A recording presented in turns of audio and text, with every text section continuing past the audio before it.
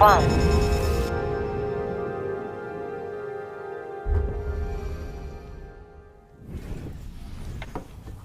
Greetings, Commanders, and welcome to Frameshift Live, episode 13, the official Elite Dangerous bi-weekly live stream. Unlucky for some. Unlucky for some, not for us, hopefully. No. Hopefully everything goes roughly to plan today.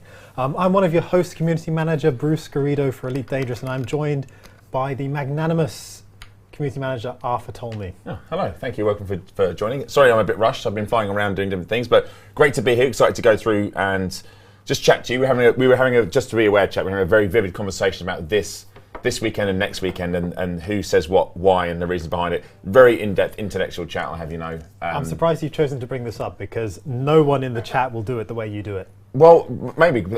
I'm an enigma. I'm a maverick. I do what I want. I'm not even going to go into it because you'll just get blasted in the comments. I'm going to save face for you. I won't. All right, let's do it. No, it's fine. Move on. Okay, moving on. We've got Twitch drops, so hopefully some of you will have tuned into our last show, which was actually live at LaveCon. We'll talk a little bit more about how that went. Obviously, we were present and had a nice hangover time. Is still present as well, I think. It's lingered, but no, we had a fantastic time. We'll talk a bit more about it. In case you missed that show, Twitch drops are back. I think we did have Twitch drops for that last one as well. However, today, the purple paint drops will be back, which were not present last time. Sorry, the purple drops. So for anyone who's new to the show, every time we go live, if you're watching on the Frontier channel or the Elite Dangerous channel on Twitch, then every 30 minutes or so, they vary, you'll get a new drop from our sort of welcome pack as such. Initially, you'll get, after the first 30 minutes, an Ancestral Tattoo pack. 1 hour nets you the purple flight suit. 2 hours gets you the purple SRV and fighters, as well as an Explorer nameplate pack. After 180 minutes, so an hour, how long is 180 minutes? That's Come on, you can do 360s, Bruce. You can do this. 2 hours. 3 hours, Bruce. 180. I swear it's not 3 hours. I think 180. I'm looking off an old. Okay. What you asked me is not 180. You're correct. It's 3 hours. Well, no, I'm correct. You don't have to wait 3 hours. I've just got these numbers wrong. That's number wang. So I hope that's good up for you, chat. I hope you understand. I hope that's you'll have to watch some time to get some things at some point. Sometimes, however, it doesn't happen. I'm going to rewind. Try it 15 again. minutes gets you the Ancestral Tattoo pack for your face. 30 minutes will get you the purple flight suit. 1 hour gets you the purple SRV and fighters plus the Explorer nameplate pack. 90 minutes, which is an hour and a half. Correct. You got the hang of this now, Bruce. We'll get you the purple weapon and engine colours as well as the passenger nameplate pack. And then 240 minutes, 120 minutes, 2 hours. 2 hours gets you the vibrant purple paint job. As well as the wings nameplate pack. I hope that's all very clear. I don't know how you felt this chat, but I don't think this is complicated enough. I think this is too simple. I think we should add some more time variance, producer Adam. We should add in some different things and just make Bruce suffer some more. I want to go home already. I'm getting loads of messages telling me that I've still got it wrong. TLDR is stick around long enough. You'll get some stuff. You get some free things. We know what's happening. It's fine. It's all good. It's all good. I was just saying hello to a few people in chat. I see Gen PR, Osric as always, and all the mods, thank you so much. I'm sure Heather G will be in there somewhere. English Gen, Aramis, Lord Watson, Bruising Pumpkin, Pink Pin, so it's moving really quickly. Elvis, Kremen's in there. Commander Dad, 79's in there. Commander Orange Phoenix, Taz, and I'll speak about Taz. Actually, no, I'll speak about Taz now. I received a very lovely gift. I was in the office today. I hope I'm allowed to show this, Taz, but I'm going to show it anyways. I don't know if we can get a zoom out. Do I have to do anything, producer Adam? But I've got a Delta Squadron glass that's just come through. I have to rotate that the correct way. Really chuffed with this. It means a lot. There's not many people have one of these outside of Delta Squadron. So I will promise you I will have a whiskey tonight in this glass. So thank you very much. It means a lot. Thank you so much for sending that across to me. I've got that today and I will be taking that home with me. That's awesome. But yes, we can see YouTube and we can see Twitch. So thank you everyone that's in chat. 07 and welcome to the show. Welcome one and all. Yes, hello everybody. So many names in chat saying 07. Nice to see you all. Sharon, Osric, Snakier, Joe, Zengineer, Lind. Hello everybody. So yeah, hopefully everything regarding the purple pack Twitch drops is clear. Basically every 15 minutes you get a new thing. In terms of the seasonal drops then, so hopefully you're aware that every quarter we rotate from a set of paint jobs. So we had the summer ones and the spring ones already. Summer is still ongoing in terms of this campaign, so we've actually got a brand new paint job that we haven't given away yet for this week's stream. Ooh. So after 15 minutes... Is this the new one? It is the new one. The picture you posted in chat the other day? Possibly. Oh, I hope it is. This is a really cool picture. So we have the Type 9 Summer Night Mango, which will appear on screen now-ish. Beautiful. Which I think is pretty cool. Shout out to Josh from our team behind the scenes who took all of these pictures for us. Was that Mr. Eames? It is Mr. Eames. Do you know what, chat? I don't know if Josh is even watching it, but Josh is such an unsung hero. He's always working, doing really cool stuff for us behind the scenes. We don't give him enough praise, really. He's the nicest guy. So if you're watching, Josh, thank you, and thank you for your hard work on this. Absolutely. So yes, after 15 minutes of watching, you'll net yourselves one of these bad boys. The Type 9, not necessarily the, how do I put it? It's not the sleekest ship. It's a bit of a hefty. It's a hefty one, isn't it? But I think it's sporting the summer colours. It makes its presence felt. But we've lightened it up a little bit with this this job, and I think it looks pretty nice. Okay, cool. So, final reminder: if you do want to claim these Twitch drops, you need to make sure that you've connected your Twitch and Frontier accounts. So to do that, you need to head over to twitch.frontierstore.net/elite. Then it's just a case of clicking through the buttons and following the steps until your Twitch and Frontier accounts are connected. Make sure that the Frontier account you're connecting is the one that you actually use to play Elite. That's where the drops will appear, of course. And as soon as you've done that, like I say, just watching the official live streams here on Frontier Developments' channel or the official Elite Dangerous channel will clock you up time towards getting these drops. I'm hoping this is correct, but Mr. Luskin said it quite succinctly. 90 minutes gets you everything. Should we just swap me out? Should I be substituted? I mean, I've been trying to do this for months, Bruce, but I have tenure now. I'm immovable. Somebody else said it. By the time we finish explaining the Twitch drops, you've already earned the Twitch drops, so it's fine. You're welcome. Oh dear. Look, yes. We get asked a lot about them. We get asked about Twitch drops, so there you go. There we go. Here we go. All right. Cool. So. By the way, Bruce, as you're well aware, my can't work my VPN at the moment, so I can't see this page that you've written up. So I apologise. Oh, you can't see the notes. I'm going to have to. I don't follow them anyway, show. so I'll just be winging it as always. Should we share? I'm going to share with you so you can see. Oh, that's very kind of you, Bruce. Thank you. Right.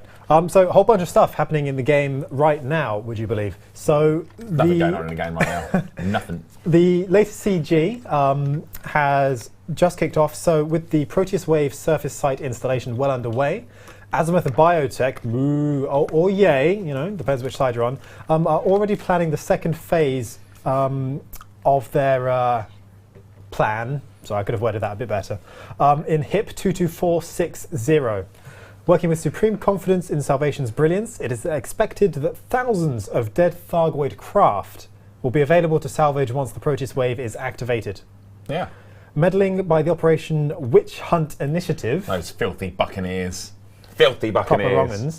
Has precipitated a diversion of resources to the Proteus Wave site. However, and so Azimuth has called on resource to help prepare for the system-wide salvage effort. So TLDR, people keep trying to meddle with the plans. So Salvation's had to gather more and more. He wants to fire a big, I'm going to swear then, a big weapon and do a lot of damage to a potent enemy, a threat to humanity. And these people are just slowing everything down. Slowing it all down. That's the theory anyway. So the specifics of what Salvation is looking for at the moment are HN shock mounts, microcontrollers, and radiation baffles. If you would like to get involved, then you can deliver those to the glorious prospect in the Pleiades sector CW-U space B3-2 system. Rewards are going to include credits as well as pre-engineered small and or medium Salvation shard cannons for anyone who qualifies, which I believe is the top 75%, but you have to double check me on that. There's also a third week of Thargoid combat bonds being collected, which is hosted from the Musashi megaship, which we're going to visit a little bit later on in game, just to hold back the tide of Thargoids which are being attracted to HIP 22460. People are saying they're bribes. These are bribes by something. They're just rewards for effort. I mean, that's the way Salvation sees it. It's just rewarding those that are loyal, trust in his vision, and that it's the correct thing to do. I mean, I'm not saying he's right. I'm just saying he seems like he's got a plan. He just didn't have a plan. They just the Thargoids was doing what they want. At least he's probably being proactive about it. There you go. Sure, he's murdered thousands. So what? Right? In the grand scheme of things, maybe more. In the grand scheme of things, it's nothing. It's fine. It's all good. I'm joking, of course, chat. Shall we move on? We've got the past week in Galnet to go over. Shall we do our slick transition into news mode? So this is where you say one and I skip two, and then you have to go back and say if you've missed two. That's the one. Perfect. Do we have the... I feel really bad, actually. Next time we do Super Cruise News, we'll have some new stings, courtesy of someone from our community. So that's on me. I've been so busy, but you know who you are. I promise you, the next show we'll have some brand new stings. And I'm very much looking forward to those. Yeah, they are really cool. So I'm sorry they're not in this week. That is entirely on me, but they will be here soon. Thank you, and I'll give you a proper shout out on the day, but I'm sure most people will work it out. There's some super cool stings. Anyways, let's move on. For now, this will have to do. Da-da-da-da-da, Super Cruise News. Here we are. It's definitely be better than that. I'm doing my best.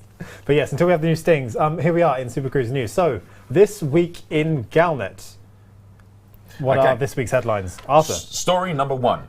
The Proteus wave approaches completion. So new Federal and Imperial capital ships have arrived in HIP 22460 as Azimuth Biotech's operation nears its conclusion. The following message was provided to all networks for public broadcast.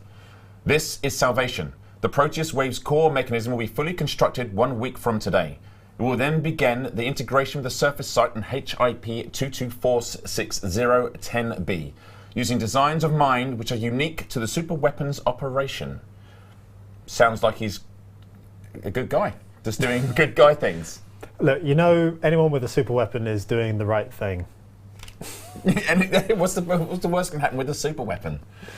So story two. Bruce? Yes, nary a day later, we had a second Galnet article entitled The View from the Front Line, which was published. Vox Galactica reporter Jade Sanderlin broadcasted an update on the conflict taking place in the same system, that's HIP 22460. Quote, the fierce fighting in that system has intensified over the past week. Swarms of Thargoid vessels can be encountered throughout the system, cutting down any ill-prepared ships within range. The combined human forces are battling furiously to diminish the alien fleet. It's almost like the Thargoids are in a real bad mood. It's almost like they've been upset by something. By something has happened. So 2 days after, or 3 days after that, story number three, Azimuth condemns the alien-loving resistance. As its anti-Xeno initiative in HIP 22460 continues, Azimuth Biotech has been deliberately targeted by protesters in other systems. Director Torben Rademacher, head of strategic operations, made a public broadcast from the corporation's headquarters at the Hive Mine starport. Azimuth Biotech is dedicated to the vision of salvation, whose expertise will soon quash the Thargoid blight once and for all. The Alliance, Empire, and Federation have put aside their differences to turn ambition into reality. But a fractious minority are determined to prevent this, giving the Thargoids a window of opportunity to avoid their fate. That's how I imagine he was saying it. I was just making it up as he went along. But I think that's probably true to life. That's a good impression. So I think this is that's where we start to get slowed down by these is it Buccaneers they're referred to as in one of the latest articles. I think it will go on. We'll reach it. I'm sure we will. Sure thing. And then on the 26th, we had Guardian Artifact campaign concluded. So this is a Pilots Federation alert in relation to the CG that went live the same week. So we had, the previous week, the third phase of an initiative to acquire Guardian artifacts for the Proteus wave ended successfully. Commodore Morag Halloran, Azimuth Biotech's military coordinator, announced, quote, Salvation has asked me to extend his sincere thanks to all pilots for exploring ancient Guardian sites and transporting their discoveries to the Bright Sentinel in HIP 22460. The quantity of artifacts delivered over the past 3 weeks has surpassed our targets. So I was laughing. My accent apparently is hard enough for the Americans without me adding to it. I'll dial it down. I can make it even more British. Hello, I say. Right, so we're on story 5. We are. So Tesseract highlights Azimuth's inhumanity on the 27th of July. A counter-statement regarding Azimuth Biotech has been published by Professor Albert Tesseract, former head of research at Aegis, or Aegis, however you want to say it. How do you say it, Bruce? Aegis. Aegis, yeah. The recent declaration by Director Torben Rademacher paints a false picture of those pilots who are actively working against Azimuth Biotech. He frames them as criminals and alien sympathizers, betraying humanity to the Thargoids. This could not be any further from the truth. It is Azimuth's own inhumanity they are fighting against. So obviously there was some news about the history of Salvation and potential links to various incidents. So there's some digging there to be done if you haven't done it. It's a very interesting backstory about this individual's history and how they come to prominence and such. So it's worth investigating. I'm sure there'll be, I don't know, commanders from both sides of the story that have their own perspective on what happened and the reasons for it. Yeah, for sure. It's an interesting one. So obviously we have the player initiative Operation Witch Hunt, which has been referenced in Galnet, and have obviously made great lengths towards, how do I put it, scuppering Salvation's progress. But the question is Salvation fighting for the greater good? Are they ultimately not benefiting humanity by trying to slow Salvation down just because of some checkered history? Is really the question. It's tough, right? It's really hard because I mean I know I ham it up and I sort of enjoy the pro-Salvation sort of thing. I'm sort of ambivalent. I can understand that there's a lot going on. Thargoids, in my opinion, and I'm not speaking for anyone other than myself, as a player's opinion, I don't think they're friendly in the same way that I don't think a shark is friendly. But I wouldn't inherently go out and hunt a shark. What I would say is, if I'm in the water with a shark and I've got a gun, I'm going to use that gun rather than try and talk to the shark and ask it not to eat me. That would be the way I would phrase it. But with Salvation, he is actively he's like throwing chum in the water, and he's like, bring the sharks in. If there's no sharks, you can't be bitten. Right.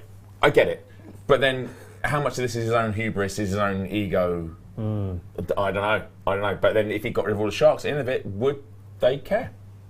That's a great question. It's a great question. One for you to answer. Yeah. Arthur talks sharks. So we also have the community goal results from the last CG. I think we have some images to show up on screen of the top contributors. So well done to everyone who reached these. There were 2 CGs running simultaneously that have just ended. So the first was fighting the Thargoids in HIP 22460. That system's going to be like absolutely lasered into my brain. I'll never forget this system, and neither should you, chat. It's a very important system. So just to run off the top contributors then, congratulations to Vladimir McDougall, who was the top contributor. I've definitely seen that name before. I've definitely seen his name before. Yes, I think Vladimir McDougall was one of our top contributors to one of the Colonia Bridge phases. So we've seen that name before. Definitely a highly industrious and resourceful commander. Well done to them. Picking up the silver medal, we've got Tomcat T, well done as well, and then Commander Warbot picking up the bronze. The remainder of the top 10 include Corvo, Dawnstar, Yeri, San, Dirk, Bloodthirst, John's Chorus, Ulon, Yuanshi, AX Stalker, and Jimara SS. Well done to all of them. I expect to see them in that top 10 somewhere. Oh, certainly. It makes sense for them to be on that side of the CG. We've been asked to do the remainder of the stream in Cockney accents. I don't know how good your Cockney accent is. That's just your default, isn't it? Is it? I'm not a Cockney. More than mine. You have to be born within the sound of the Bow Bells. If you didn't know that, chat, by the way, just because you're from London doesn't make you a Cockney. You have to be born within the sound of the Bow Bells, otherwise you're not a Cockney. What's a Bow Bell? It's a church. The bell. The church bells. Bow Church. The bells of Bow. What's next? Up next we have the other CG. So there was the other side, which was delivering Guardian artifacts to the Bright Sentinel in the same system. Do you want to read off our top contributors I will to that? Try. Oh, they're here. Okay. So we got Polaris, Wally, Slippy, Namix, Super Hulk, Fred, Zador, Zork283, Eisenman, and there's always going to be one that I get stuck on. Losomorph? It's an I, no? Isomorph. I don't know. Isomorph? Losomorph. Well done. Well done to them. Well done to you for being the only name I couldn't pronounce. I even got the Wally. You did. I enjoyed that. Thank you. You're welcome. Good job. Cool. So yes, well done to everyone who contributed to the CG. Obviously, as we get closer and closer to the end of the Azimuth saga, I think we can kind of feel that things are starting to culminate in some sense, right? There's some sort of tension that things are building There's up. tension for sure. So yes, congratulations and well done to everyone who's contributing to the CGs, especially at such a pivotal time in Elite's history. Your actions will be remembered. Shall we talk a little bit? I can't ignore this. You've asked me about being blocked in the game, and you've referred to me as Hello Bald. I'm unlikely to help you. With a capital B as well. But it's capitalised, I appreciate it. But I can't really answer to that at the moment. That would be a CS issue. But I appreciate the Hello Bald. That is always going to make me chuckle. Sorry, I interrupted you, Bruce. No, that's absolutely fine. So, shall we talk a little bit about the community events calendar? For anyone who's watching us on the Frontier Developments or Elite Dangerous channels on Twitch, you have commands which are available to you, like !calendar. That one will take you to the calendar on our website. Otherwise, if you're watching on YouTube, let's say, or somewhere else, www.elitedangerous.com/community/events will take you to the same calendar. This is a place for you to share any events that you are hosting as a player group or an individual that you would like other players to be able to see and attend. Otherwise, it's a place for you to check out if you're interested in multiplayer gameplay, just to take part in some community events as well that others are hosting. I think producer Adam, we should be able to show this on the screen currently, just to give you a peek at this in case you haven't seen it before. Here are all of the events for this month. I appreciate we're right at the end of the month, but we did want to shout out some of the ones that are happening over the next few days. So up next, we have the T-Rex Express to deep space, pardon me. And apologies if I'm pronouncing the squadron name incorrectly. I assume it's T-Rex, maybe it's Trex. But in any case, this expedition is kicking off on the 29th of July, starting at 600 hours PM GMT +1, ending at the same time. I'd say it's T-Rex. I'd say T-Rex? I would say it's T-Rex, yeah. No hyphen, maybe it is Trek, like Star Trek. Right, who knows? see? Ambiguous. Yeah. In any case, their journey is starting from the Thermocool system on that day. They say anybody's invited from beginners to experts. As long as you love exploration and are willing to take part in an endurance test, make sure to join their Discord to be able to take part. !TREX on Twitch will also give you a link to their Discord server. So just a quick rundown of their summary for the event. They say the objective is to explore deep space. They are heading to the farthest point in the galaxy, Beagle Point, as well as other exciting locations. Led by the TREX squadron, pardon me, and its carriers. Oh, my throat is getting... You all right? There we go. I'm all right now. Oh, shame. Cheers. Is expected to be approximately a 1 month journey. That's one way, of course, so it's going to be an additional month if you want to return back home, which presumably you would like to do at some point. It's beginning, as I said, on the 29th, so that's tomorrow, Friday at 8 o'clock PM if you're in UTC, from Trex Trade Brotherhood, which is, their home system is Thermocool. That's TURMAKUL. As mentioned before, please join their Discord server to take part in the journey, as well as receiving updates about stops and details regularly. They plan to finalise all of the details according to any inputs. People think I've poisoned your drink. I haven't poisoned his drink. I wouldn't put it past you. What you can't see is I'm actually throttling him as he's trying to speak. Yeah, so they'll have regular updates and any adjustments they want to make in their Discord server according to any input you have. Their fleet carrier has full interiors, including Vista Genomics, of course, and a bar for any parties. Make sure to join them and explore space together. Nice. On the same day, we have another expedition kicking off. Are you doing this? Am I doing this one? Okay, so this is the We Don't Know Where We're Going Yet Carrier Expedition, which I'm a big fan of the name already. So this is the 29th of July 2022, so 10th of August 2022. The start time is 7 a.m. I'm assuming. 7 p.m. Sorry, GMT. End time is 7 p.m. GMT. Okay, right. Okay. So location, the start of the event will be held on the carrier H5ZL2Z. There's a Z, not 7 yet. Parked either at LHS 20361 or LHS 10976. All this information, of course, will be on the community calendar, so please don't worry about me speaking too fast. Eligibility, anybody really. However, some experience is preferable as we're most likely heading out above or below the galactic plane where the stars are much more sparse, so a ship capable of exploration is kind of required, so I probably wouldn't recommend a sidey. No, probably not a sidey. So there's no special requirements. And so here's the blurb. It says, hello there, since I recently bought a fleet carrier, I want to undertake a short-ish range carrier expedition to one of 3 destinations, with stops along the way for exploration, exobiology, and random tomfoolery.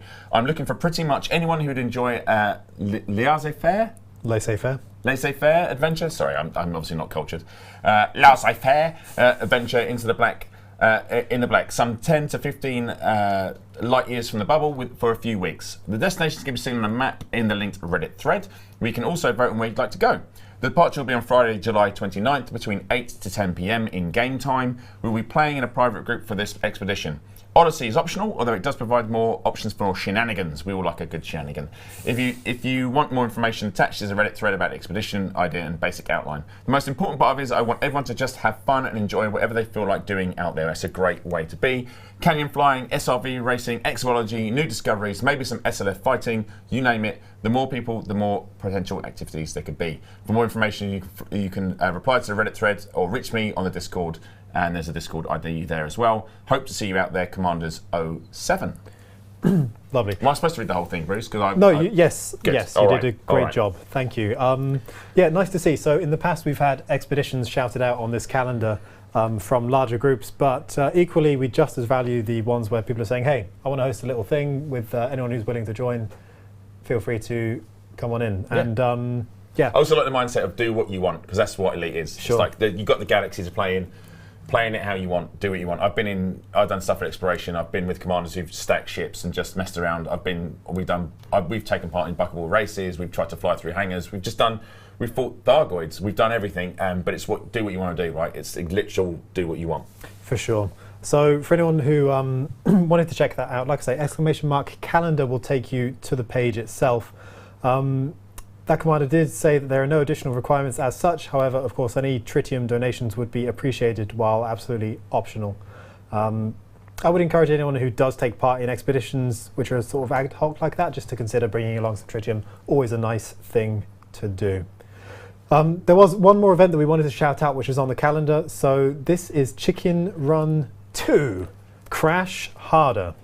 So this kicks off on the 23rd of July, so it's actually well underway already, but is going until the 31st. So you still have until the end of Sunday to join in on this. This is the 6th event in the Buckyball Racing Club's Magic 8-Ball Championship, which we've referenced a few times now on stream.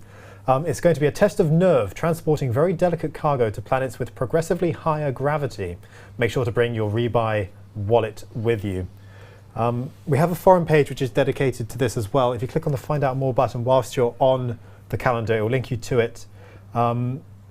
There should be a list of standings as well in the same thread telling you how people are doing. We've actually got a little video to show off this race if you're interested. Yeah, I want to see it. I'm curious. I did notice our very own Tom Kuehl was taking part in some of the Buckyball stuff. I wonder how he's fared. He was on the board. On the board. He was on the board. I won't say he was on the board. Does every participant go on the board? Yes. Okay. But he was there. Good. Well done, Tom. Good to represent. Roll the clip.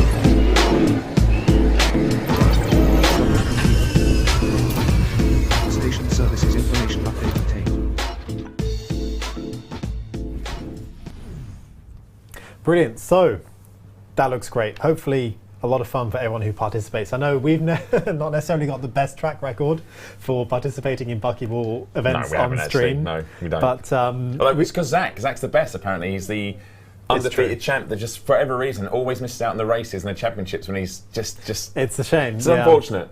One day the stars will align and he will show everyone. Zach, the Magic Man, we like to call him. Right. Magic 8-Ball was actually named after him, I heard. I think it is exactly named after him. Yeah. Yes, indeed. So, some other community stories that we'd like to talk about now that we've covered the calendar. Like I say, just a quick reminder, please do check it out. It's on our website where we mentioned in the community and then events section on the site. Otherwise, !calendar will take you there. I would like to really reiterate that anyone who's looking to play with anyone else and is maybe used to solo gameplay but wants to make some new friends in Elite, do check it out. It's a great place to get involved. Likewise, if you want to host other people with some events that you've made up yourself, just submit it there and we'll get it uploaded. So other stories around the Elite Dangerous community from the past couple of weeks. Hutton Orbital Radio, who you might have heard of. Is this the delivery one you're going to talk about? Right. Yeah, okay, yeah, this is crazy. Yeah. So the Hutton Orbital truckers are finding themselves yet again in a quote-unquote hot mess, following a huge celebration of efforts in their previous endeavours, whereby there was one mission set to rule all missions, delivering a Hutton mug to every single station, which of course they did, to great aplomb. The original mess took 90 days to deliver mugs to 50,000 stations. However, since then, some got added. Obviously, some more things. Obviously, yes. There was an update. Dunn put some more locations in the game. Yeah. You remember that? There's a little one. Right. I do remember, yeah. It was part of it. As part of that update, or as a consequence rather, there are now over 130,000 commodity markets. The galaxy's biggest trucking effort ever needs you and your squadrons to help complete this feat. Can it be achieved in time for Christmas? For your efforts, Hutton Orbital Radio will be giving away one official literal, physical, tangible, actual, factual... An actual mug you can put liquid Hutton in, hot or cold. Correct. Wow. Absolutely, well, probably not when it's delivered to you, but on your desk, full of beverages. Yeah, I mean, you wouldn't want a beverage in it in delivery. Right. It's a bad idea. So that's going to be happening from August the 4th until this mission is complete. So yes, basically, Hot Mess is back. The infamous endeavour taken by Hutton Orbital Radio is come back for Too Hot, Too Messy is the new title. It's coming back on the 4th of August. For all the information on how to get involved, starring Vin there's Diesel. a post on the official Elite Dangerous forums. Hopefully, lovely moderators have it to hand. If not, we'll post it in the stream chat. We'll repost it every now and then, hopefully as well, just so anyone who wants to get involved can. But yeah, all the information is there on the forums if you'd like to get involved. Brilliant. I think it's fantastic that they're doing this. I love it, yeah. It's also like, there's a lot of stuff happening at the moment in the game, a lot of stuff. Yes, I think it's fair to say it's quite heavily conflict orientated at the moment. This is a little bit different if you want to try something fun. And you've got time, you've got plenty of time to do this one. But yeah, it's a lot of fun. And the Hutton Orbital guys and gals are great. For sure. We've actually also very kindly been invited to be part of the kicking off ceremony, like we were in the last one. So do check out Hutton Orbital Radio's next show on the 4th. I know Sally will be there, I'll be there to deliver the very first mug and kick off proceedings, which should be a lot of fun. Very good, very cool. Enjoy. Before we get this, I've got one more because it's kind of hot to press. So I've got one that I've just been made aware of. So, there is a Starlight Children's Foundation charity event from the 5th to 7th of August involving a host of streamers, obviously raising money for the Starlight Children's Foundation.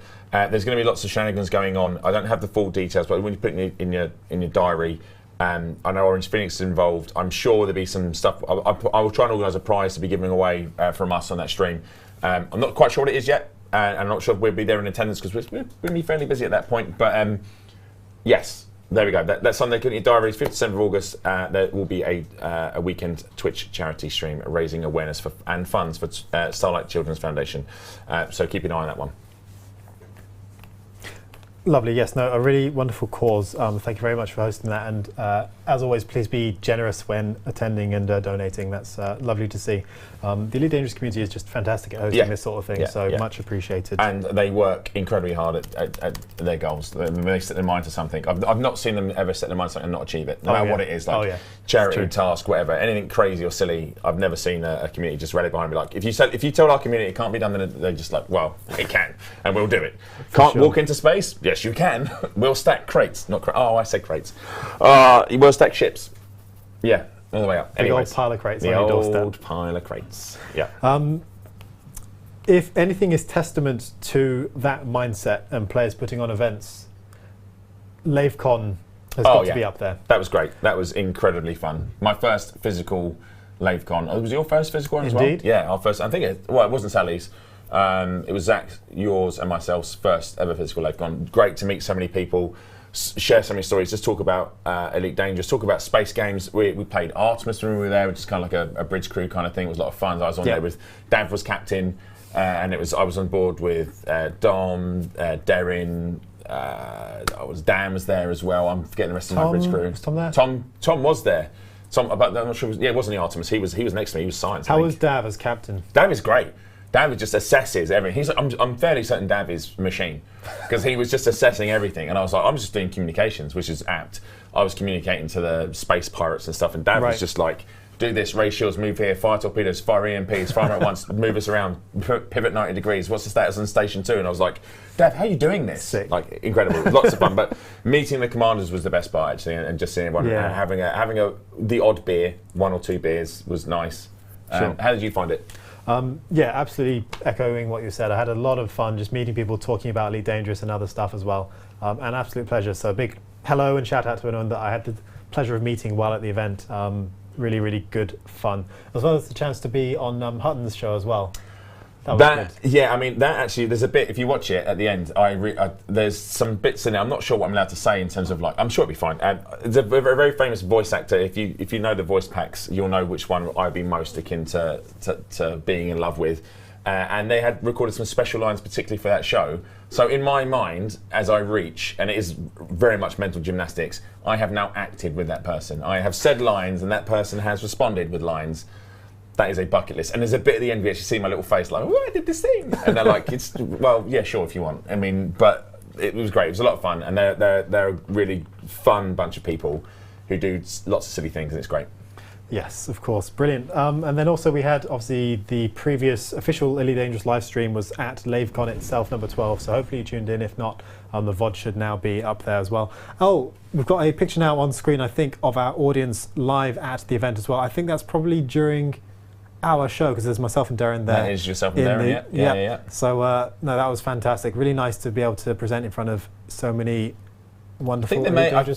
There may have been 200 or 300 people there in total, but it was a lot of fun, and it was warm. It was warm chat, and those of you who were there will know it was warm. But it was a lot of fun. It was a huge amount of fun, and I really enjoyed it. I slept for about 2 hours after that, if I remember rightly. I went back to my room and just fell asleep because I'm getting old now, and that was it. I was done. And that was us on the return, I think. Yes, I think we just arrived back. It was sweltering, I'm not gonna lie. Yeah, do you remember how it was wham. warm it was? Wham. It was wham. But yes, obviously lots of happy faces. We'd really enjoyed that weekend, so that was great. Yeah. I did want to quickly shout out some charity efforts that actually went on at the event itself as well. So the lovely Commander Beetle Jude created some amazing artwork, as she is often wont to do, which obviously went up for auction as well. Also, we had Flossie, one of our mods, who did some fundraising, and between them they did some raise some money for special effects, which is obviously fantastic. Big shout out to them for doing that. As well as a big thank you to everyone who donated any prizes to the raffle or bought tickets for it. Yeah. It's all done, it's all gone to fantastic causes, so a big thank you. My understanding is that between the raffle prizes and ticket buying, you've raised a collective £3,000 plus, so really well done. Thank you for that. And just a couple of questions here. Someone asked, would you ever see us out in different countries at various shows?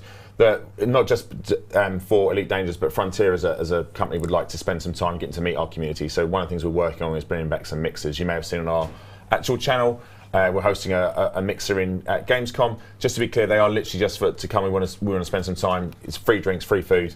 The tickets will go on sale, whether they are free, on Monday. There are no announcements. It's for all of our Frontier staff. We're going to be. I'll be there. There'll be some people from product management. If you have questions about video games, just want to chat and just say hello. We're going to be sort of hosting these. Hopefully, be various ones around the globe at different dates and times. So keep your eyes open. The first mixers in Germany. The tickets, like I say, they go on sale on Monday, but their tickets are free. So yeah, keep your eyes open for that. And also some comments saying it was very, very warm, but both you and Zach were also in hoodies, zipped up, which both Sally and I were like, why are you chaps in your hoodies? And you were both like, oh yeah, it is pretty warm. They were nice hoodies. Yeah, sure. Yeah. Hopefully some people got the chance to take a few pictures of. We've just seen a couple of ourselves as a group, Arthur. Do you ever find that, see, I get this all the time. I'm really bad at photos where I'll just close my eyes at the wrong moment or pull a face or whatever, and then it's immortalized in an image. Yeah. Do you ever find that happening to you? I feel I'm being set up here for anything, but no. No, it doesn't particularly. So that's fair enough. That's nice to know. Anyway, that's by the by. We've actually got a picture here of Zach showing off some of the artwork that was on show at the event. So here we go. Yeah, no, I don't. Yeah, I'm not sure what he was doing there. Maybe it was maybe it was in the dark and it was a particularly potent flash on the camera. Possibly. But yes, here he is sporting the full Odyssey gear as well as that hoodie that you mentioned earlier, which I really like actually. I'm probably going to use that a bit more often. But yeah, in the background, some Beetlejude artwork there. Amazing as always. And like I say, these were contributed to the raffle as well as some of the auctions. So fantastic. Thank you so much for doing those. Can you see those from there? They look really good, right? I signed them. I think there's my signature on a lot of them. But Beetlejude, I say it all the time, but just an incredible artist. And if you ever get a chance to go back, I'm not sure the most recent one that she's done, but when you watch the sort of live action or the time lapse versions of the chalk work she does, it's just it's one of those most really relaxing things to watch. Yeah. Like you can just sit and watch it, and then the end product is always stunning, and you're like, oh, it's just talent. Actual watching people with talent is always incredible to me. For sure. So yes, thank you for that. All right, that was LaveCon. Shall we talk about some of the other Elite radio shows and podcasts that have been on in the past couple weeks? So if you're looking for something to listen to that's Elite Dangerous related, perhaps while you're cruising through space or doing some trading, maybe even taking part in the latest CG, you should definitely check out some of the brilliant Elite Dangerous podcasts and radio shows. The following have gone live recently. So Flight Assist went out with Season 4, Episode 11, where the FA team sat down with two guests who starred in the show nearly 2 years ago to find out what's changed in the past couple of years. Crispy Tater Tot and Flintlock Engineering starred in that episode. Good eggs. Great eggs. Good eggs. The best eggs. Good eggs. There was also Lave Radio, who didn't have a show this week due to recovering from the excitement of LaveCon, but their epic stream from the event itself is available to view as a VOD. You can check that out by searching for LaveCon 2022 on YouTube, which we'd highly encourage you to do. Do you want to read out the last couple? I was looking at some questions. I'm going to answer some questions then. That's all right, take questions at the same time. That's fine. Okay, so there's a question there about console to PC transfer. We are still slated for September, so not long to wait now at all. As I said before, we are transferring a lot of stuff over to Commander data. It's not just credits in your Commander, so we're working through it and making sure it works correctly and it works perfectly. So that is in testing. Once it's out, we're still aiming for September. All being well, that won't change. As soon as we get an actual confirmed date, we will go ahead and tell you. But it will be soon. Oh, I'm just being informed by Alec Turner that I've missed the fact there was actually an episode of Lave Radio this week talking about LaveCon. Apologies for that. There's an error in my research. So yes, do check that out where they're covering everything that happened in the event. Thank you. Also, Alec. great to meet Alec in person. That was great. Great to meet Alec in person. I know he spent some time with Tom, which I knew he would. I remember when Tom was talking about the SRV and stuff, and I could feel Alec from in the middle of the hall. Just I could feel his interest perk up, and I was like, oh, here we Alec go. commands a presence, actually. Yeah, I wouldn't have guessed it from necessarily his profile picture, which is the only way I sort of knew him before. But in person, he looks kind of like a rock star, I think. Yeah. There's a lot of really cool commanders. Cool. Nice to meet them like in person. Like Roots Rat was there as well, I think. Yes, that was wonderful. So then there was also pardon me, I've lost my notes. Hutton Orbital. So in their latest show, they found out about the galaxy's most challenging trucking mission. So try and, relive your LaveCon memories with guest Yorkshireman Rampage, plus your usual radio crew, where they're going to talk a little bit about Too Hot, Too Messy. So like we mentioned before, they are reviving their mission to deliver a mug to every commodity market in the game. Obviously, there are more of them now. So hear all about that and more in the latest Hutton Orbital radio show. There's a question here that someone's asked about it. I've seen it pop up twice. It might be from the same person. I've seen it sort of go past, which is community-led competitions for ship skins. It's something that we looked at in the past. Something I will look at again. It's not. I'll be honest. There's lots of things happening, which you'll come to light very soon, and you'll understand why we're so busy. But I will look at it. But I know there are a lot of complexities when it comes to designing ship skins in terms of what can be done, how ship skins have to work, etc. Let me look into it. No promises. I think way before my time it was tried, and there was a reason why we haven't gone back to it. But let me explore it at least and find out, and then I'll come back. And then finally, we had the Loose Screws, their latest episode, number 142. Anti-Xeno Capital Ship Loose Screws.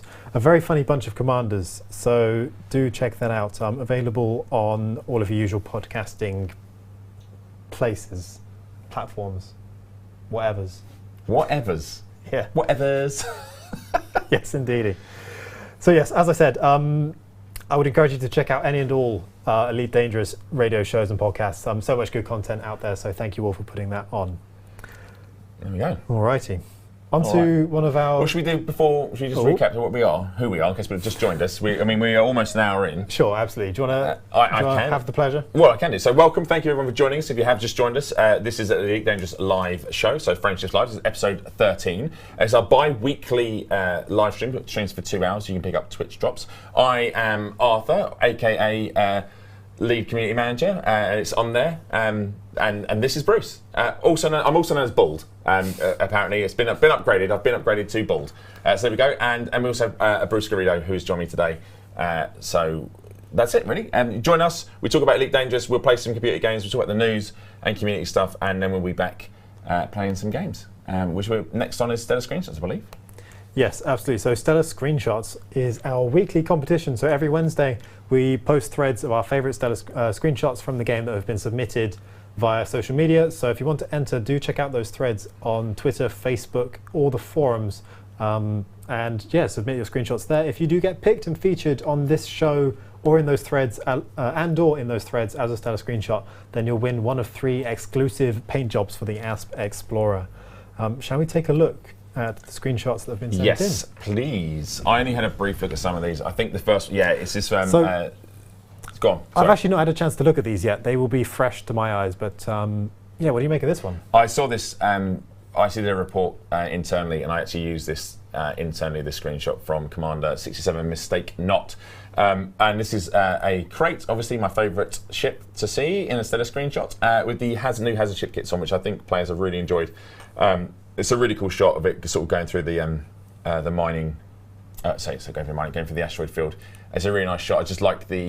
I like how the lights play over the hull of the ship. I think it's really cool. I actually have this on this ship kit on my ASP. I'm sure we're sitting ASP in this. I haven't seen all of them, but it's a really cool shot. It's a nice close-up shot. Very moody.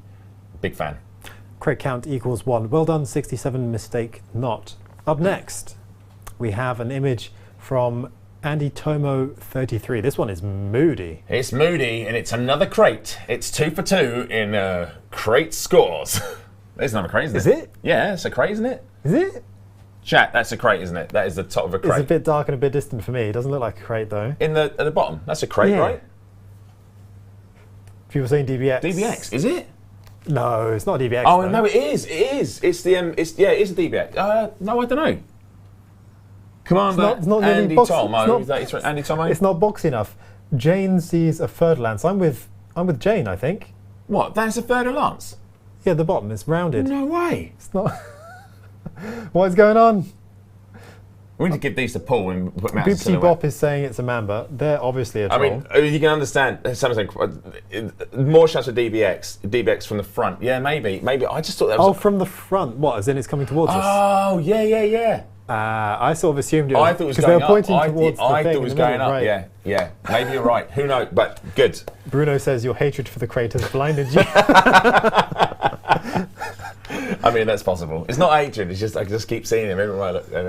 In terms of the image itself, yeah, very moody. It's actually cool to see kind of a minimalistic image where it's largely super dark, but it's got this element in the middle that you're drawn to. Yeah. Obviously with the star there, green, eerie, spooky, mysterious with the silhouettes. I really like this. It feels like the Thargoids have had some sort of shenanigans here. Oh yeah, they've had a hand in whatever has unfolded, for sure. Palpatine hates crates. So yes, well done to Andy Tomo 33 and congratulations, enjoy your paint job. Up next we have Empiricist 67. That is a stylish screenshot. That's nice. The colours are really great because it's sort of really beigey and earthy, and then it's really bright sort of Explorer. Also with the Hazard ship kit on. Yes. Lots of, and that's a Hazard paint job as well, I think. Yes, I think it is. Yeah, so for anyone who hasn't checked them out yet, the Hazard ship kits that we've shown now in a couple ships in these, Chef's kiss. You buy them as part of hazard packs among the various industrial sort of themed ships that are for hauling and mining and whatnot.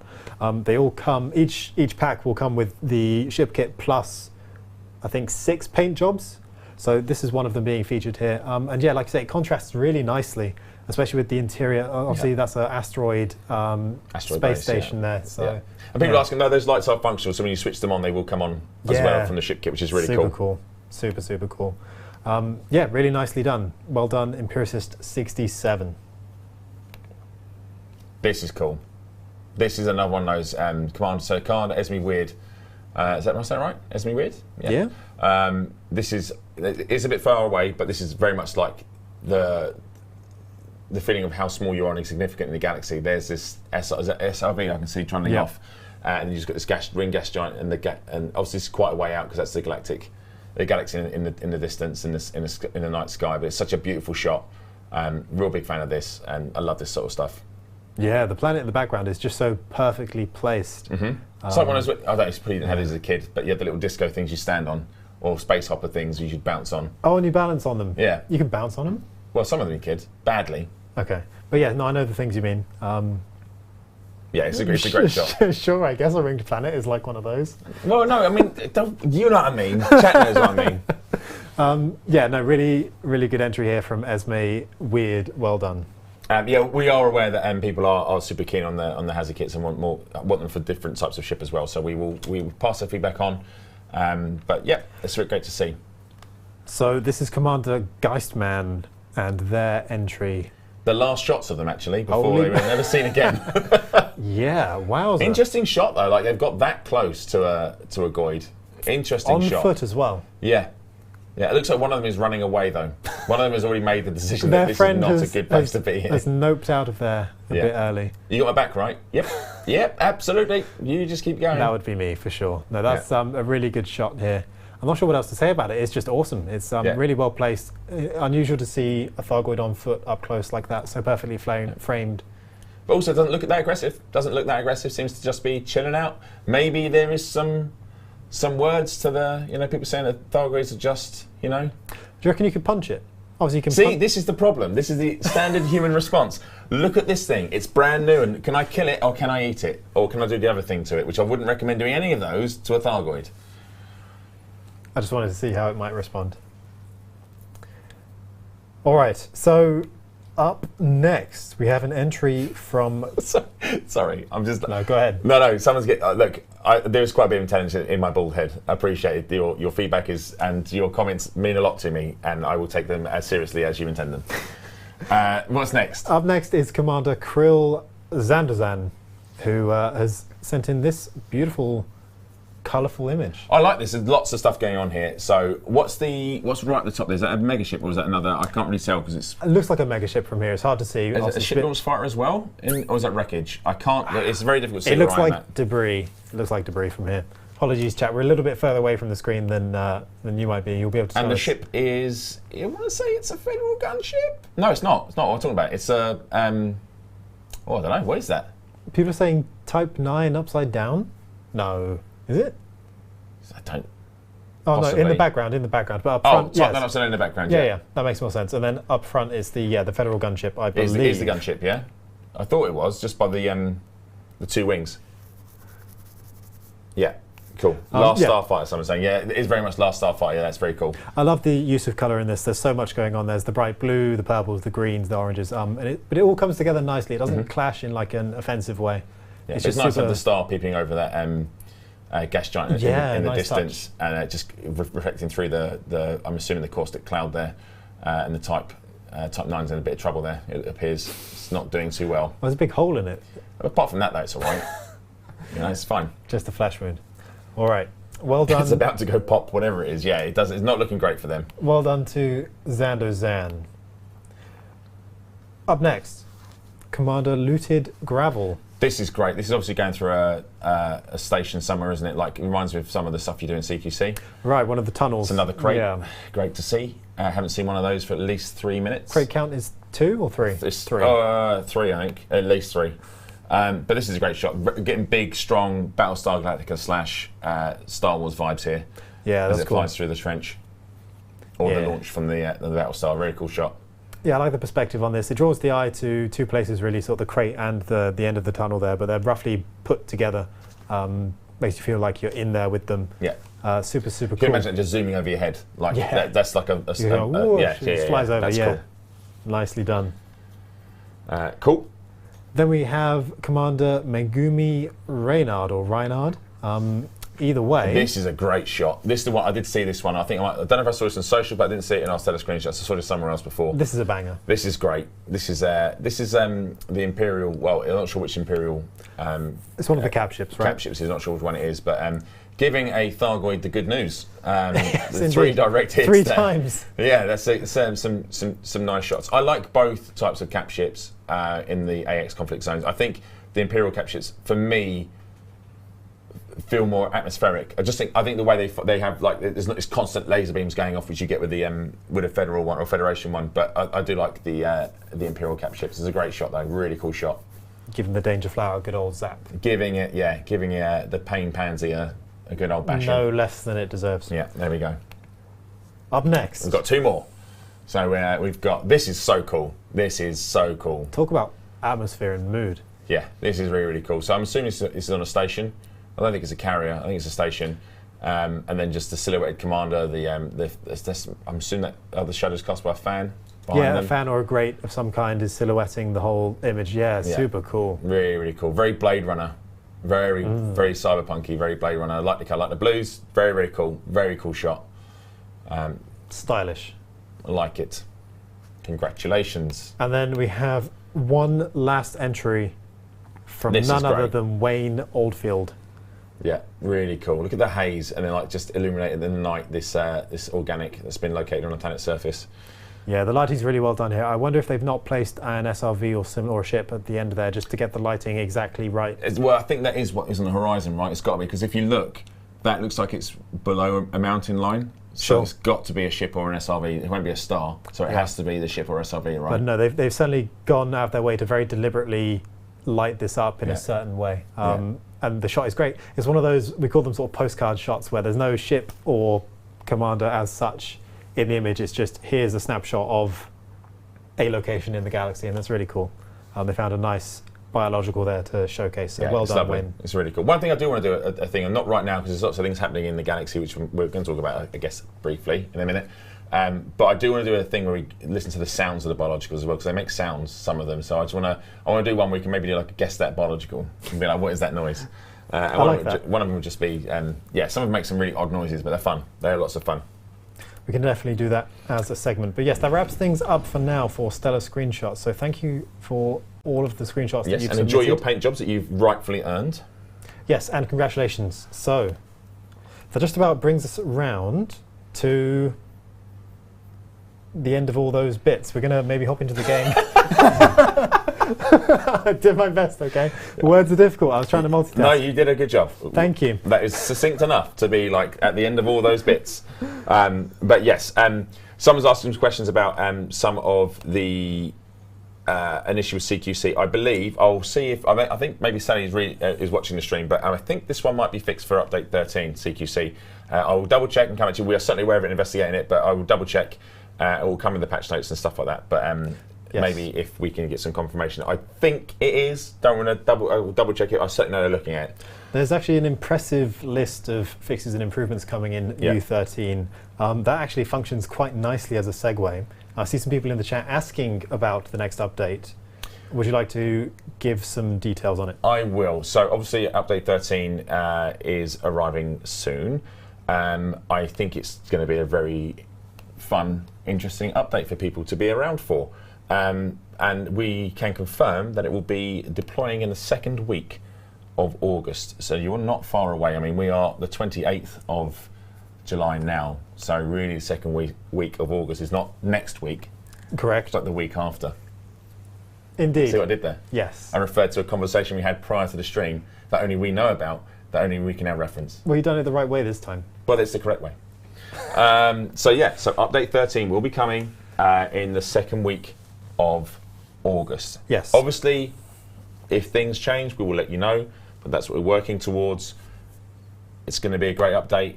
I'm sure you're all going to want to be around to see it deploy, and we will also give you the notes and stuff beforehand, but just pop it in your calendars. Second week of August, update 13. Yes, and obviously that'll be a streaming week as well, so whether or not it lines up on the same day, we'll be around to talk a little bit about what occurs. I think we should be around. We'll be about. So yes, looking forward to that. But yes, it's a busy time in game. There's a lot of people in chat actually asking about who they think, if the Thargoids are aggressive, would be fired first, etc., etc. I don't know. I mean, I don't know where you stand on it, Bruce. Do you think they're aggressive? Do you think they were the aggressors or we were the aggressors? How do you... Because I harken back to not that I was a big player of the original Elite Dangerous because I wasn't good enough to play original Elite Dangerous. But I wasn't alive enough. I do know, and you'll go back to being that way if you carry on. I do know that the Thargoids could bring into witch space in the original Elite Dangerous. Right. And there was no returning from it. So once you went in, it became like this sort of death match, and you had to just fight them, and then eventually you'd end up dying. I believe people that are more versed in this will let you know. So I don't know if that makes them the aggressors. Maybe something we are doing is upsetting them enough to pull us from our space to where they are, or who knows? Who knows? Oh, you could jump back out. Okay, I thought you could just stay there. But they still, I think, in that respect, I still think they are pulling you from where you are to where they were, and they were attacking you. They weren't offering you candy. That seems aggressive to me. Seems relatively aggressive. But then it's the same way. I go back to it. You're swimming through the water where a shark lives, and it's going to be like, oh, some food. See, except sharks tend not to attack people that often, as it turns out. No, of course not. They reckon when a shark attacks a person, it's because they look up and they see a person swimming, and the silhouette reminds them of some other actual prey that they would normally eat. Yeah. And it's in modern Elite, what I'm actually around to play. I get it, Bruce. You're younger than me. All right, we understand. The shtick is getting old, man. It's generally the case, at least outside of current circumstances where someone's encountered a Thargoid, they haven't always shot first. No, I mean, even I think when the first high predictions took place, they would put a commander out, they'd have a little look at the commander's ship, check them out, and then they would just go about their business. So not as aggressive, right? And I think they become aggressive if you're holding what I would tend to be called body parts. And again, if you were walking down the street and someone stopped you, said, "Excuse me, just want to see what you got in your bag," and you were like, "Oh, it's just their head," you'd be like, "Well, this person seems a little bit like, well, he's probably not a friend. He's probably not a friend to me because he's carrying around one of my friend's heads in his bag." So, right. And sometimes I think that maybe how Thargoids might see us, commanders that have got Thargoid stuff on board. Like, oh, there's Frank. I wonder where Frank went to. He's sitting in the hold of your ship. That's definitely Frank's head. So probably not very angry. But for sure. Who knows? It was interesting. So, having looked at players' comments on social media, in various discords, the subreddit, there certainly seems to be a divide. Yeah. I think it's generally accepted that Salvation has a less than squeaky clean past. Yep. However, they may be doing the right thing in terms of addressing a potential existential threat to the human species. But on the other hand, there are some that are saying, and there's quite a loud voice saying, well, actually, the Thargoids have never been the first aggressors. If we pull out now and stopped, provoking them by, building super weapons or whatever, then I wonder, Bruce, it'd be all right. I wonder, is it a bit of a Macbeth moment now, where humanity has gone a bit too far and we've committed too much, and maybe it's a case of, well, even if we were to stop now, maybe the Thargoids have well, hang on a minute. I saw that stat that came out the other day, and I was like, that's a lot of Thargoids that have been killed. It's a whole bunch. It's a whole bunch. There's a whole bunch. But yeah, interesting. I don't know how chat feels about the Thargoids, whether you're friendly, non-friendly, or kind of look, we're a threat, but the same way that a bear or a shark is a threat, if I leave it alone, it's unlikely to kill me. If I go running towards it with a stick, it might quite happily murderize me. So I don't know. Are we doing a thing? I want to find out. All right, okay. How are we doing this? Is this something? This is new, right?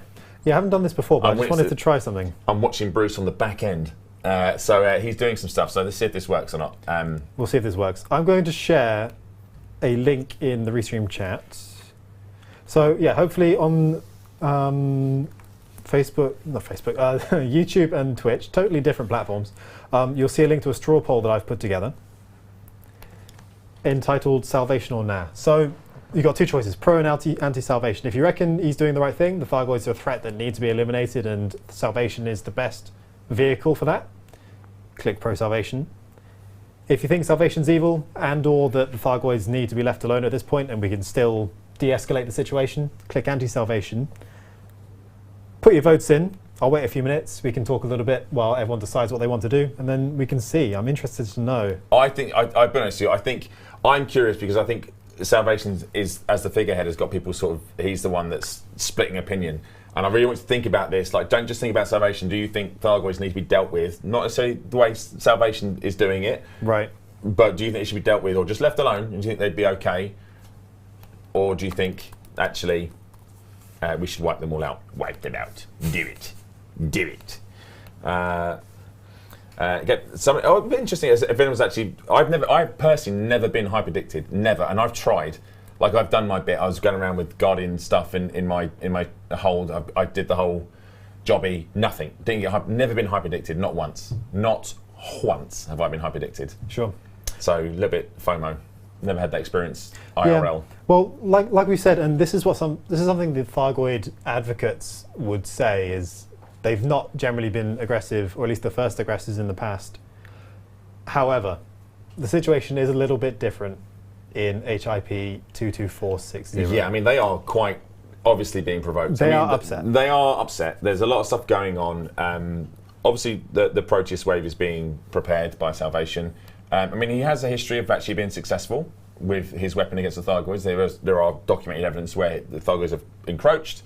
He has deployed weaponry, and they have been beaten back quite quickly and quite soundly and effectively, with substantial amount of Thargoid wreckage afterwards. So, obviously, what he's got is working.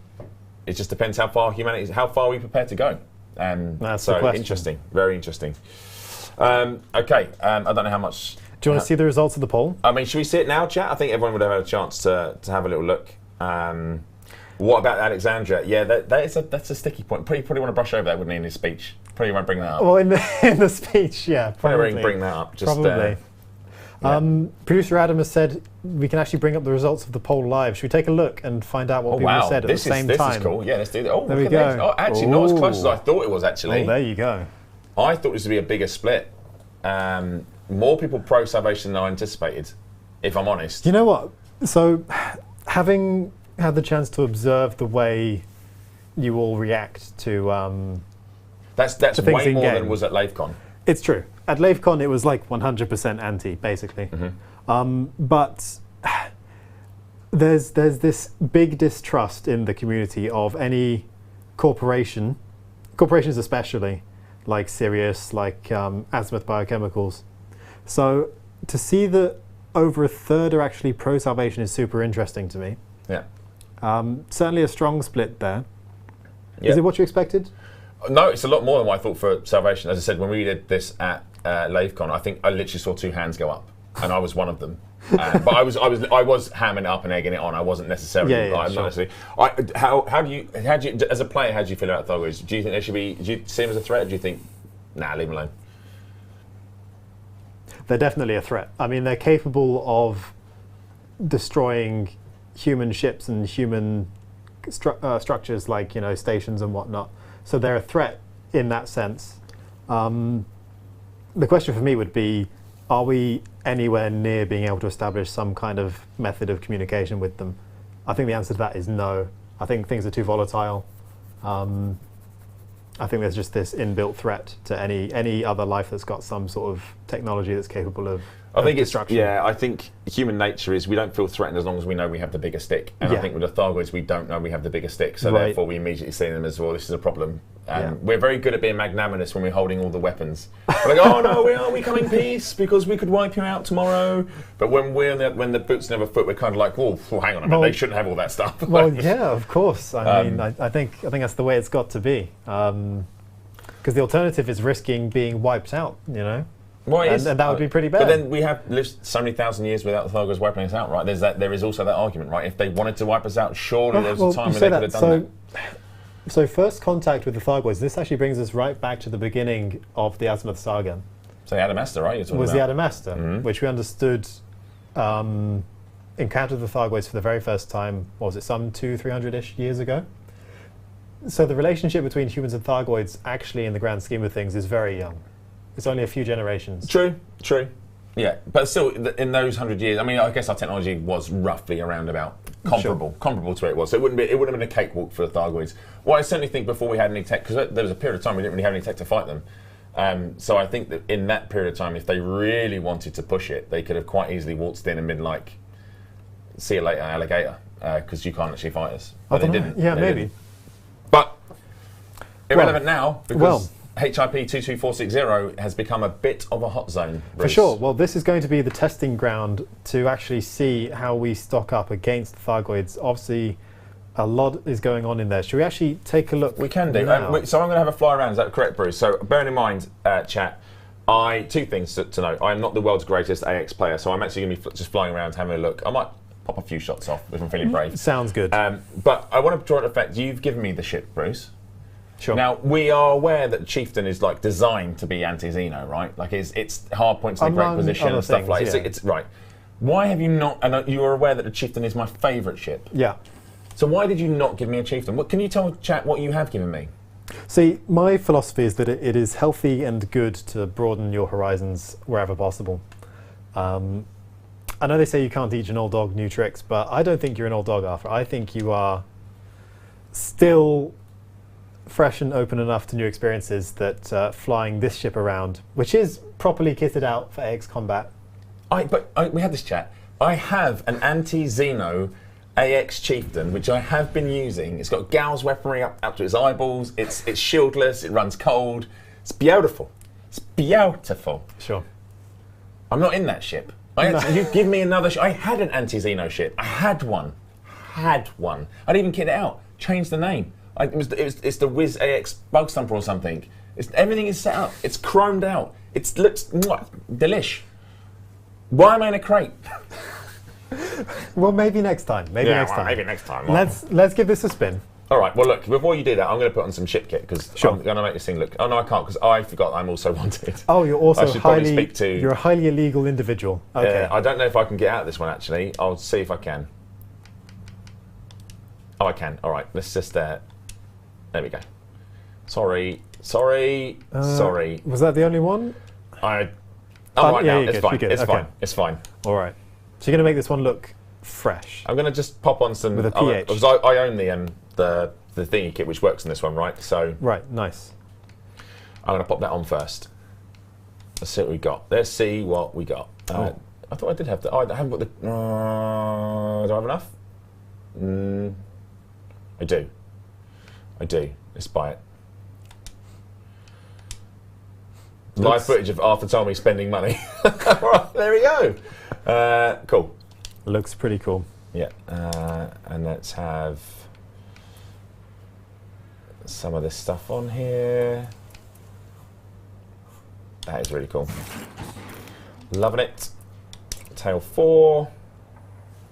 Feel free to drop your questions in the chat while we do this gameplay segment. We're going to talk a little bit about the system that we're in and the local and current events.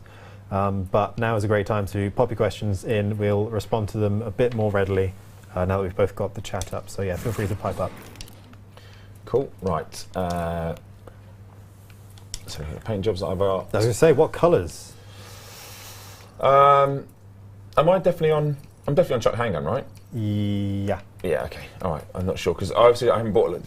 It's no surprise to chat that I've not bought a lot of crate paint jobs. Right. Yeah, that makes sense. What do you reckon of that circly one? What, the old Azimuth one? That's pretty cool, actually. I do like that. We've got some unlocked already. Yeah. Obviously, you've got the hazard ones that you've just unlocked. I kind of want to do the Azimuth one though. It's I don't mind spending some more money. Do I want to go like black and white? Because that feels nice, actually. Or the red and black actually feels super nice. Yeah. I'm cool with both of those. They look Let's go with that. pretty Let's get that one in. cool. All right. Nice. All right. I do have some weapon detailings. And you've got the matching weapon yes, detail. and of course I want to have my boy Leo. It's got to be Leo. Your boy. Every single toy, every single time. Right, okay. All right, so where have you started me, Bruce, and what are you doing? Were you going on a sightseeing tour of HIP 22460? First, I wanted to talk a little bit about, so we're actually at the Musashi megaship, which is not in the same system as it turns out, but we're very nearby. So this is in the Pleiades sector, CW-U space B3-2 system. So the Musashi megaship has arrived, I can't remember what it was exactly, a couple of weeks ago, I think. And it is stocked with AX, that's anti-Xeno modules, which is important. So part of the reason this might be relevant is, so for anyone in chat who wants to get involved, especially in the narrative stuff as we reach the crescendo, let's say. You may not have some AX weaponry, right? Right, and you exactly. don't need to be travelling halfway around the galaxy to get it. So this ship now has some basic stuff, right? So we wouldn't recommend taking on Medusas and Hydras with this stuff, sure, but you can definitely get involved with Scouts and Interceptors, I would say. Yeah, Scouts and like your Cyclopses, and then maybe the bigger ones if you've got some friends to help you out. But basically this will kit you out for entry-level AX gameplay without having to go through all of the longer hoops for the higher-end stuff. So we would encourage you to check that out if it is the case. Actually, I think you told me shortly before the stream about a story where someone had done exactly that. So I got a message, so a 74-year-old player I was passed on by, I think it was the Burrs actually mentioned, and it's first time taking part in anti-Xeno conflict in HIP 22460 and was successful, so it was great to see. Someone asked if I get those arcs for free. I actually don't, I buy my own arcs, so you're welcome. But yes, it's great to see players engaging in it. It's great to see players sort of get involved. I think AX Combat, when I first did it, was way back when, I think, and I did it on a stream, because I'm just not good enough, and that's, I happily admit that, chat. I'm not good enough to do it on my Jack Jones, but when it was some AX players I got my first scan in on I think it was a Medusa, can't remember, but talk about palms are sweaty, mum's spaghetti, I was all over the show, but it was great, loads of fun, and it's great to see how, as a squadron works together to take down some of the bigger. Oh yeah, it's very impressive. The coordination involved, especially at some of the higher level, especially within Axie, as Elvis Kremen just pointed out. Yeah, those guys are experts. I would encourage anyone who's interested as well, not only to stock up at the Musashi megaship in this system, but also to join the Axie Discord for any tips on how to get involved. But yeah, there we go. Okay, here is your vessel then, good sir, looking ready. Actually, I'd tell you what, a crate is a good-looking ship. So we're going to launch, right? So we're going to launch. Oh, sure. I should have probably said where we're going to, right? So I guess we're going to HIP 22460, we right? probably should go to that system. It's going to be down the bottom here somewhere, isn't it? There's a lot of fleet carriers here for some reason. Yeah, so on that for some reason. So yeah, on that note, the system itself, HIP 22460, is actually fleet carrier locked. But despite that, and that's for obvious reasons, there's a lot going on there. It's a pivotal area in the story right now. I think if we didn't lock it, it would just be crammed constantly full of fleet carriers. But you'll notice that all of the neighbouring systems and nearby areas are also stocked full. So there's no shortage of supplies and trading going on in the neighbouring areas. So you won't struggle to find somewhere to park your ship. But yes, if you can't find somewhere to stop on the megaships in the system itself, do check out the local fleet carriers. Maybe they'll have the service or goods that you're looking for. So yeah, whenever you're ready, Arth, we'll plot a course. Sorry, I was just... And head to the system. All right, I'm ready. I was already, course is plotted. On me way. On your way. So yeah, it's just a short stop, nary, not even 9 light years away. So easy to stock up and then head right. You've said Neri twice now today. I have a Neri counter and you're on 2. You're allowed 5 in a week, Bruce.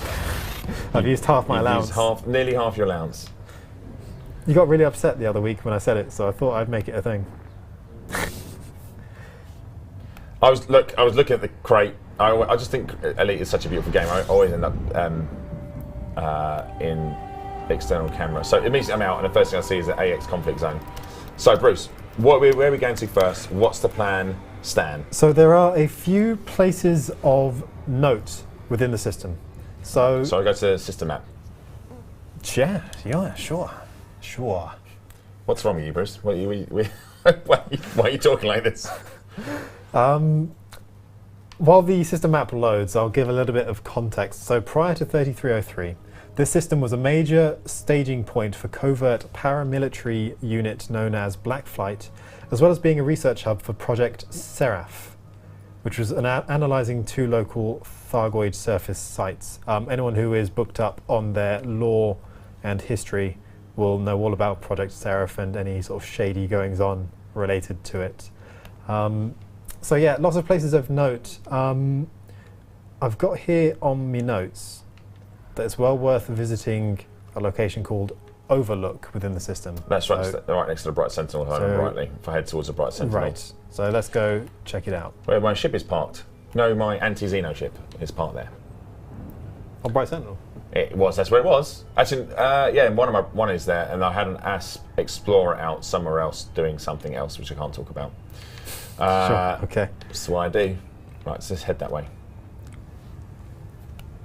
While we head over there, I've got hot off the press from Sally behind the scenes letting us know that a CQC issue is being fixed for update 13. Like I mentioned, that's happening hopefully in a couple weeks, second week of August. So for anyone who's been experiencing crashes on CQC, hopefully your experience will be improved following update 13. Thank you very much for that, Sally. There we go. So that's good news. Right, I'm on my way. I'm on my way to the Bright Sentinel. I think Overlook is one of these somewhere. I'm going to guess all these unidentified signals are indeed Thargoids. Most probably. Most probably. Lots of people saying thank you in the chat to Sally. Nice to see.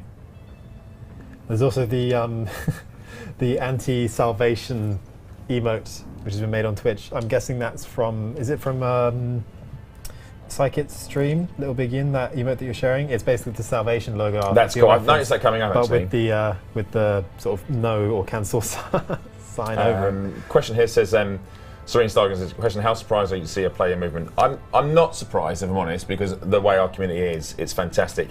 Remember, all the stuff that's happening, and like, don't get me wrong, we're immensely proud of the Salvation storyline, the Azimuth saga. All of us here at Frontier are immensely proud of it and very excited for it to come to a conclusion. That much I will share with you. But one thing I'm honest about is what we're always doing and consistently been doing in this last 2 years is learning. So we're taking everything that we do and everything you love and you enjoy, and we're learning from it. So we fully expect we'll never get everything right first time. Look, it's just the way we are. But we will always learn and we always strive to do better. So we're very excited to get to the end of this, which I can't say. Oh, careful, I'll get told off. But we're always learning, and we've got the sites we want to show you. The plans we have are great.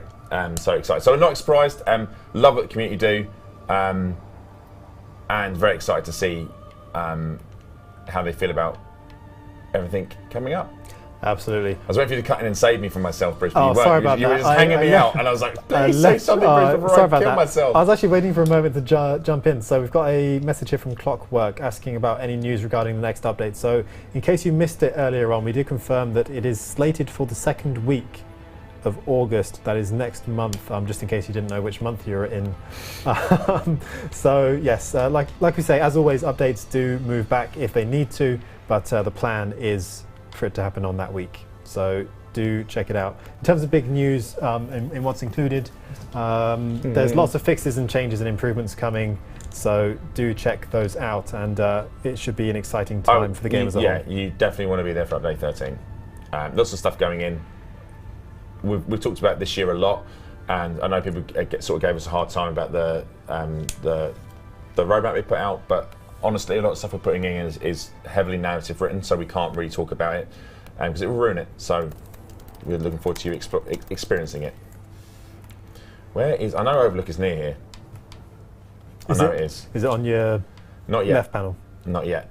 I like to do it the old-fashioned way. We're just looking around. Yeah. Oh, he's a proper spacefarer, me. I'm sure you can see the Overlook from the Bright Sentinel. Well, we'll find that out shortly. There it is. There she blows, Bruce. Great. Shall we stop off? Well, I'm getting there, mate. I mean, I can only go as fast as space allows me to. I mean, you put me in this hump of junk, so it will get there. It will get there. It will get there when it gets there. Takes. It's nice. Look, honestly, I don't dislike the crate. It's just become like the thing now, isn't it? I think the crate's actually a wonderful ship. I actually really like the design. I just a bit fatigue, crate fatigue.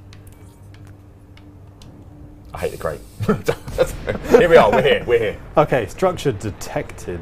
Use data link scanner to search for targets. So, a little bit of context about Overlook then. So, Blackflight used this megaship named Overlook in the system that we're in. HIP 22460, I'll say it again. It was locked by Azimuth to conceal Project Seraph's experimental Thargoid surface sites. It's an important staging point. However, when Project Seraph and their staff decided that the system's usefulness was up, they chose to relocate. Blackflight's last known orders were for its evacuation from HIP 22460 and to return to their destination. Pardon me. What has happened to my document? It's been Garridoed. It's been Garridoed. Return to their designated ports for reassignment. It's unclear how many Blackflight members, if any, survived the Thargoid attack on Overlook. Thank you for the panning shot there, where we can actually see, nicely timed, some, what do you call it, Thargoid deposits. Can't fire that. There you go. No one saw that, chat. No one saw that. But there we go. So there's a little bit of story behind Overlook here, and Blackflight, the mysterious operatives. Do you know what though? I've got these new cameras. I don't know why the cameras need these new lights. I should have put them on, shouldn't I? Yeah, do you want I have deployed the new lights. to? Nice.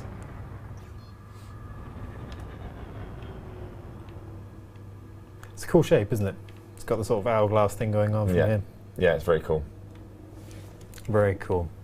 So Blackflight actually was, before I worked at Frontier, Blackflight was the story that got me super hooked. It was the one story that I really, really loved. I think they're all Diamondbacks. Chat will help me out because some of the chat were actually playing at that time. I was not good enough to find them. They would appear and players could track them back to permit lock systems and stuff like that. And that is what got me involved, and that's why I'm super chuffed to be part of that story. I remember saying this on, it might have been Flint's show. I'm not sure. They asked me what my favourite story was, and it was easy. Blackflight was always my favourite story. So that's cool. Pleased to see it woven into the latest events then. Yeah, very, very pleased. Am I right in saying there are some data terminals or points that you can actually scan at this site as well? I'm not sure I'm about to do this with my control pads. Let's leave it for now anyway. We would encourage people to check this out for themselves if they haven't already. For anyone who wants to hear about the lore itself a little bit more in the game, you can check out this location and do that scanning. This is very hard to fly at this, by the way, but I think I'm doing... Can you fly through that middle bit? What, in this camera mode? Yeah. No. Yeah, you can. Which middle bit are you talking about? Underneath this? Up here? Yeah. Oh, Bruce. Don't not that. Dive. The answer was no. Can you fly through that? This is really hard, Bruce. Like, all my angles are off. All right, okay. You're doing a wonderful job. Thank goodness you're not in a big, bulky ship that would get caught on everything. Oh, I'm going to hit this. There we go. We'll get through it, though, chat. I don't care. We'll get through it. That's my fault. Counts. As far as I'm concerned. Oh, I hit something else there. No one saw that. It's panning away. Look, shield's 100%. Barely touched it. Nary a scratch. All right, shall we visit the Bright Sentinel megaship? Oh, we should. Which is just nearby. Okay, it should be my contacts panel, actually. It should. Although, in fairness, it's just... There's also a lot of contacts. Yeah, I'll just go to this because it's going to be super, super quick. Sure. There she blows.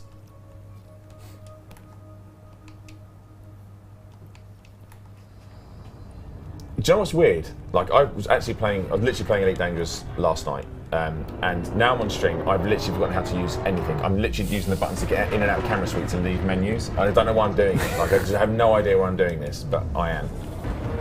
Still. Right, are we still mass locked? Still mass locked, okay.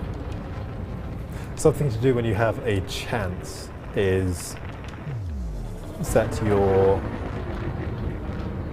what are they called? The buttons for shooting. Triggers? No. The buttons for shooting, they are definitely triggers, man. Oh no. Oh, why must I have looked onto the Overlook? I definitely clicked. Fire groups, thank you, chat. It was completely blanked from my mind for a second. Yeah, set your fire groups when you have a moment, just in case we get to using them. I thought I'd definitely set for Bright Sentinel. Fully because I was pressing the wrong buttons and being absolute. There we go. Right. Cool. Target set. Nice. Frameshift drive charging. Ready to engage.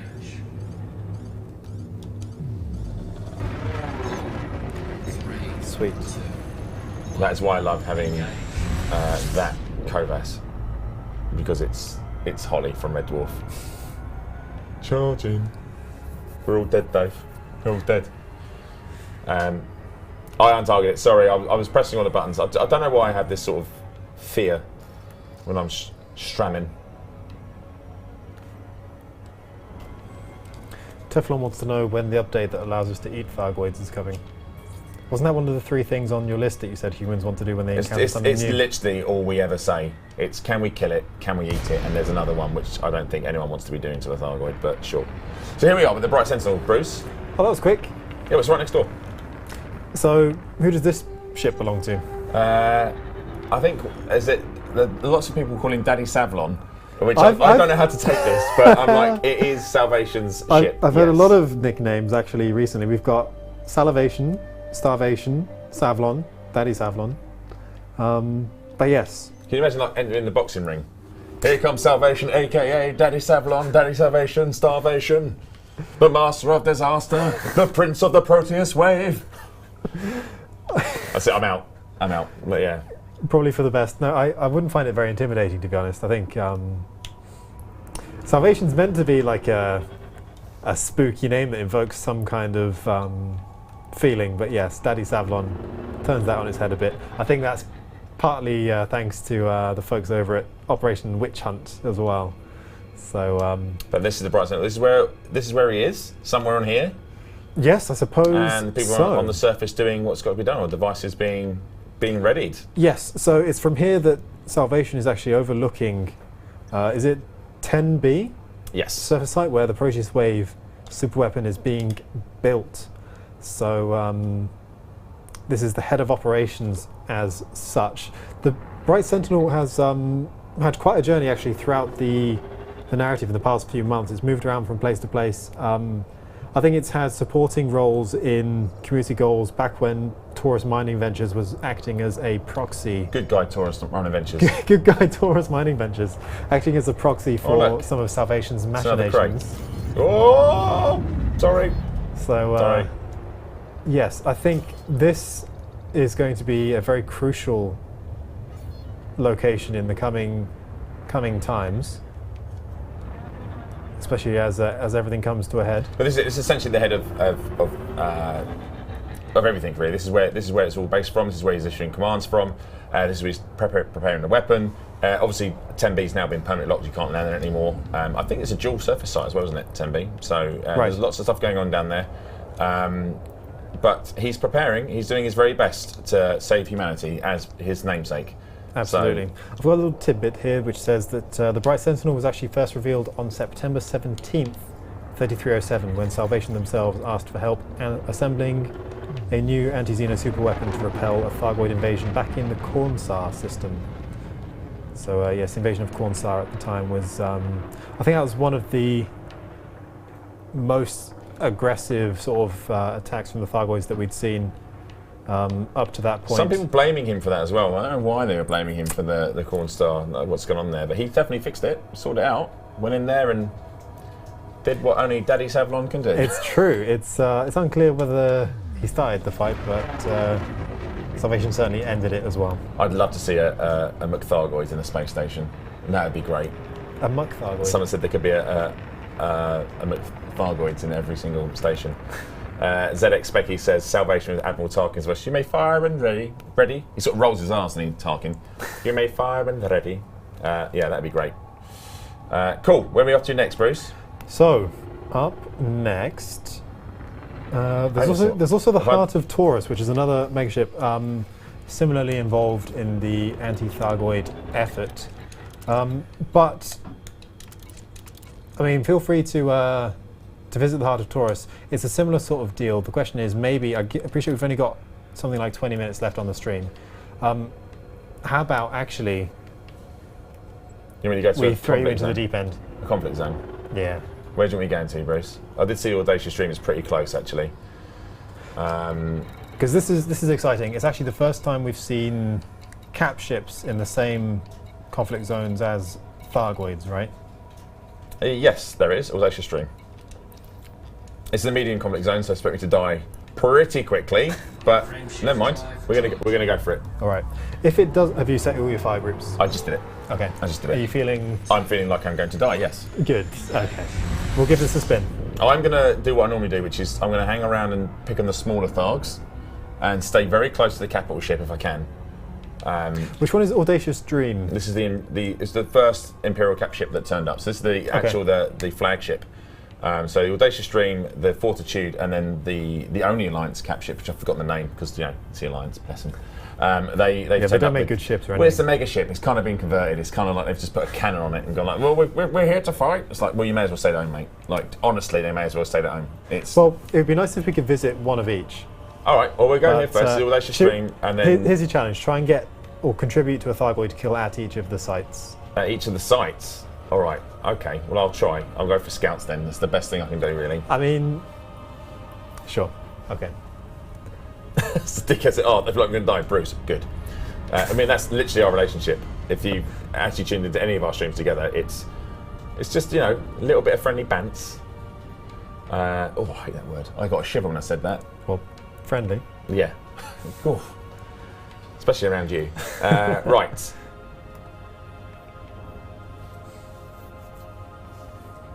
Closure says, question, what exactly is the weapon? A planetary cannon, a ship-mounted super weapon? Is it a ride scope or star destroyers? Only Salvation knows. We know it's surface based, right? It's on a planet. It had to be built on a planet. We know that Get the much. narrative warning light coming on, Bruce. I was getting like electric shocks from the from the implants. No, so we know that much about it. I think to find out more about the nature of the super weapon and whether it's successful, we'll have to just wait and see. Oh, I'm just going too fast. I wasn't paying attention. Welcome to the Loop of Shame, starring your host, Bold. Da, da, da, da, da, da. Oh, I missed it. Genocide says... Did I miss it? Did I miss it? Oh, I did miss it. I'll have to jump again. Sorry, chat. I thought I just squeezed it. Genocide says it's a translation machine that uses insane processing power to tell the Thargoids to please just go away. That's fair. That's fair. I won't fly us there. Chat would be there all day. Oh, I think I'll just jump. I thought we're only 900 kilometres. That's a lot of kilometres. It's 400, anything above 400, which we've established, Bruce, by your definition, is a big number. 400 is the number to beat. While we're travelling those 900 kilometres, I'll give a quick reminder for Twitch drops. So make sure to connect your Frontier and Twitch accounts on twitch.frontierstore.net/elite. And you've still got enough time to claim the Twitch drop from this week's stream. Here we go. Alright, you're in system. Orange Spark thinks the super weapon is the friends we made along the way. I mean, he's not wrong. Alright. What So we got here? you're in the action already. There's a lot going on. We're in the action here. Let's try and give him some good news then, shall we?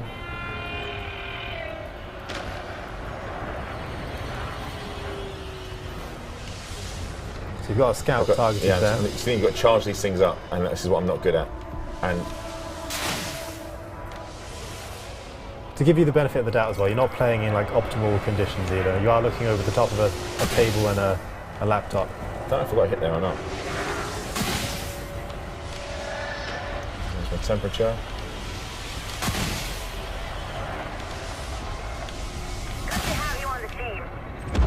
Oh! Yo, let's go! There we go.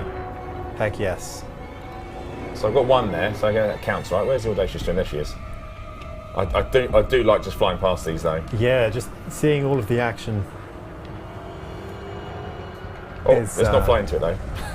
I don't think they'll appreciate it. But it's nice to see so much going on. Looking at all of the targets on your radar. Alright, I'm seeing some puffs of smoke where there must be another Tharg somewhere. Oh, voucher received as well. Did you get hit on some other interceptor? Oh, hang on.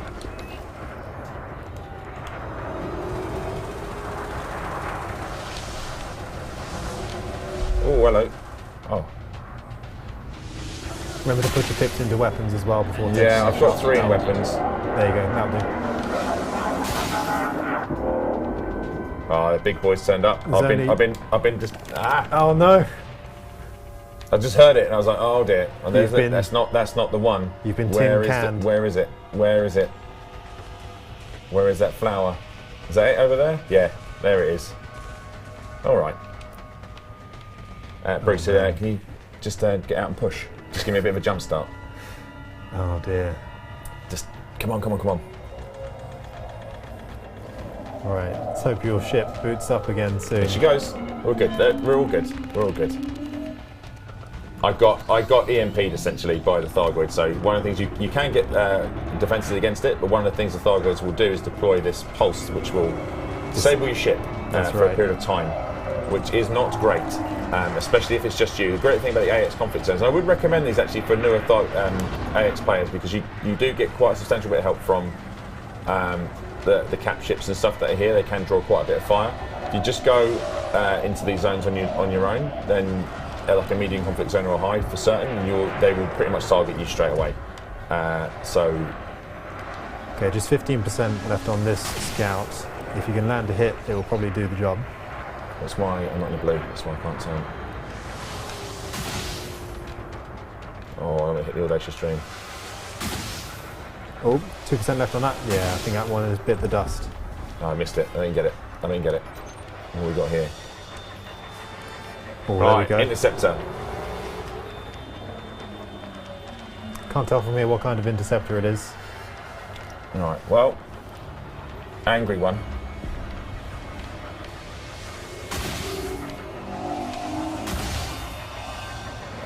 So, a good tip is with the interceptors especially, obviously you need to be blowing up the hearts once they've been exerted. The cap ships actually do a pretty good job of exerting the hearts early on. So, as Arthur has mentioned already, especially for newer AX players, if they're trying to practice on scouts or any of the lower level interceptors like the Cyclops, this is a really good place to get some practice in.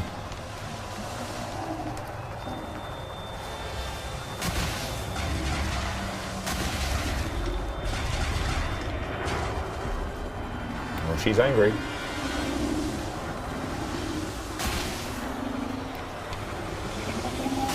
I think that I should be doing better in here. Can chat help me out here, Bruce? I haven't done AX combat for a long time, and I haven't done it.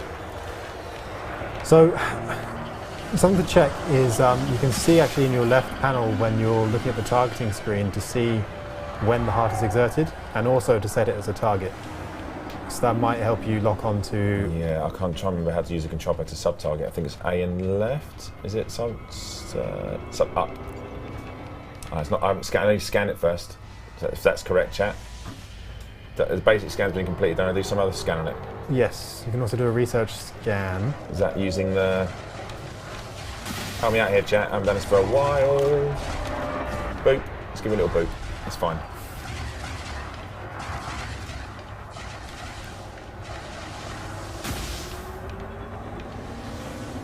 Oh, hot off the press as well, so another message I've got from Sally saying that anyone who's reporting issues logging in via the Steam launcher, we're actually aware of that and the team are taking a look as we speak, so that is in hand. Oh.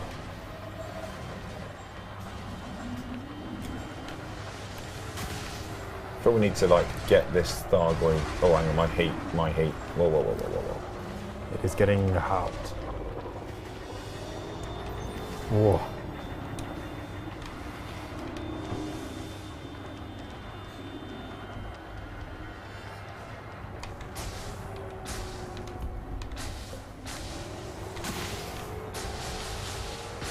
Oh, that was terrible shooting, tell me. That's right. Do another flyby and you'll get some more hits in this time, I'm sure.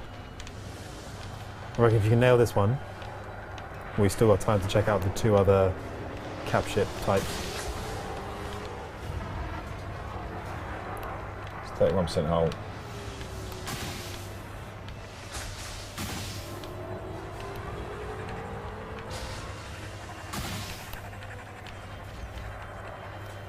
Come on. Nice tip from Reversed saying anyone who's trying some AX combat for the first time to bring heat sinks. It's really going to help you bring your heat down. Oh wow! Caustic damage. So it's right in the right in the noggin. Right here, just quickly. So Arthur knows the trick here is when you get hit with caustic damage, that's going to start burning through your ship pretty quickly. So a nice tip is to start firing your weapons or go into silent running. Do whatever you can just to burn that right off your ship. Raise your heat as much as possible. Like Arthur's done there, you'll get a little notification. It was in the info panel in the top right to let you know that the caustic effect has been burned off. Yeah. Notice I've got myself too far away from the cap ship there, which means whatever Thargoid's out here, it's me and the Thargoid. And really, what I want to be is a little bit closer to the cap ship, so I'm not a juicy morsel for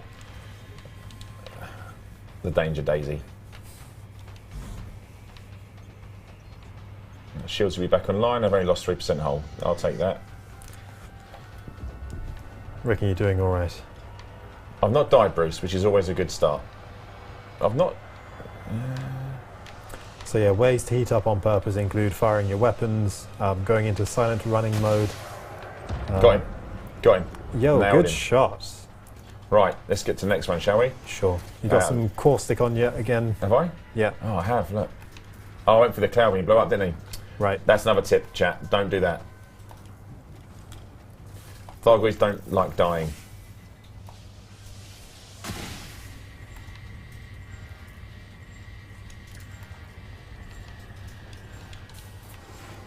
Right, let's move on. I'll get into.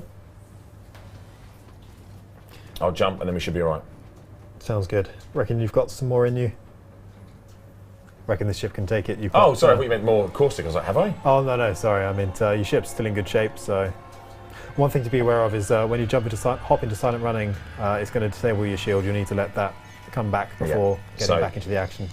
I mean, a lot of players do run shieldless. I mean, the chieftain I've got, and actually, it's not as dangerous as it sounds. That sounds stupid. It really isn't as dangerous as it sounds with Thargoids. But running shieldless is really good for just giving a caustic damage. I actually do have flat cannons, but I haven't really used them in this. Right, where do we want to go to? We want to go to Oath of. That's the Oath of Tyndaris. Isn't that not the? Sounds federal, no? No, I think that is the Alliance cap ship. Ah, okay. I'm fairly certain this is. Chat will correct me, but I think this is the Alliance capital ship, and therefore their flagship. Is this the first instance of a Alliance cap ship that we've seen? I mean, we're calling it a cap. This is the Alliance, remember? All right. So it is a capital ship. It's a bigger ship, yes. Bless them. Bless them. They've shown up.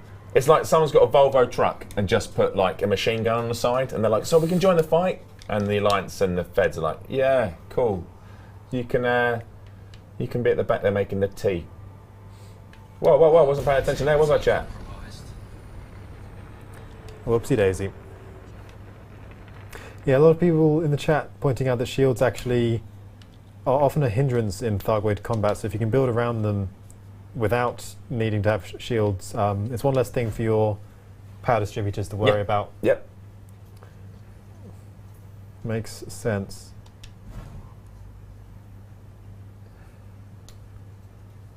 I'm not drunk. I wasn't paying attention. I actually watched that thing apply. Like I was like, that's approaching pretty quick. Those rings. I was like, oh yeah, there we go. Come on. What I did was to make sure my shields were charged. That's all it was. There's a pro tip from expert pilot Zulu Romeo. If you're about to get caught by a Thargoid EMP and you have no field neutralizer, that's the anti-EMP essentially. Right, that you mentioned before. One alternative is to switch FA off and boost in any direction while rolling. You'll simply drift into space, and they'll have trouble catching up to you. Useful, especially if you're hyperdicted. So thank you for letting us know. Right, I have. If I stop, there we go. Right, she's over there. I don't know. I know someone's saying it depends what way I'm approaching this. Actually, I don't think she is beneath the rings, or is she? Or maybe she is, actually. Looks like it. Let's go around. I think it's because the first time I came and saw this, I came from the other side of it, so it was above the ring, so... Right. Not an excuse, chat, although it is an excuse and I'm sticking to it. Tank, well done for collecting the drop. Hope you enjoy it. Sorry, chat. Thought I was clear then. Commander Simon has had the same issue apparently. Yeah, sorry. This cap ship is a bit close to the rings. So yeah, some clarifications in the chat. It's a mega ship rather than a cap ship as such. Ready to engage. I did, Commander Hobo. I clipped the ring. I thought I was past it. No one likes to clip the ring. So right, so we're going into this mega ship. Yes, we are going there. It's true. Come on.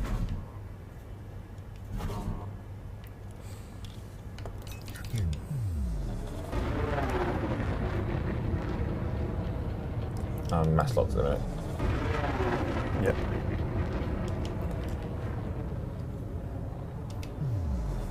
Right, so a few minutes left on the stream. Hopefully most of you will have claimed your Twitch drops. If you've only recently joined, we'll be around for a little bit longer. They are an engine. We'll be around for a little bit longer. Hang on, let me show my face in here. You pooped through an engine, it's okay. Yeah, but where am I relative to the ring though? Because am I just running tandem to it? Where am I? Yeah, Yeah, that's fine, you're clear of it. well, I'm getting away from it. That we're good. Frameshift drive charging. I was a bit discombobulated there. Newt, yes, we're aware of some people having issues with the launcher, especially via Steam. We are taking a look at that as we speak. So yes, thank you for letting us know. I love that. I had someone going, go up. Someone was saying, go down. I was like, I'm trying. I'm doing all the things. Right, here we go. So this is the Oath of Tyndaris. So I reckon we can go here, and then we'll fly off to a federal one, whatever the closest one. I saw the Bombardier, but I can't remember if the Bombardier is FNS or if it's another one. Okay. Right, here we go. And there she is. That is the Alliance. Look at her. Look, what a beauty. Look at the firepower coming off her. Just you can incredible. Feel it. You can Just sense incredible. it. Look at that. Look, hey. Pew pew. Pew pew pew. Pew. I'm joking. I'm joking. The Alliance is doing a good job. Look, the mighty Federation and Alliance Oh, of course it is already. Are doing their part, and the Alliance are present. Alright, caustic damage. Okay, well, we ain't got time for this. Shields offline. Silent. Alright, good to know, Orange Phoenix. For anyone experiencing issues with the launcher via Steam, restarting Steam may help, but as we said, we are also aware of the issue and taking a good look. Thermal signature restored. I mean, there's a lot going on in this conflict zone. I think the Thargos are like, well, this doesn't seem to be as dangerous for us, so we're going to just be here. Makes sense, makes sense. Well, they thought it wasn't dangerous until I turned up.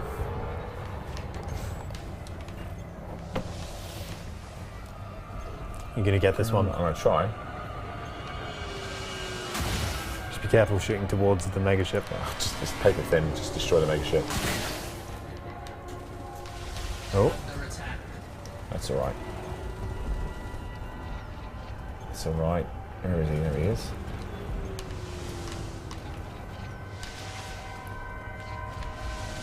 Oh, you little slimy toad.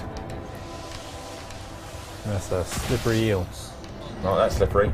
Hey! Right, we've got one there, and Alright. the last one was an FNS signal, right? Yes, last stop. We'll see if we can get you a kill over at the Fed cap ship zone, and then we'll call it, I think. Oh, I'm getting notes. I'm getting notes. Bounty incurred.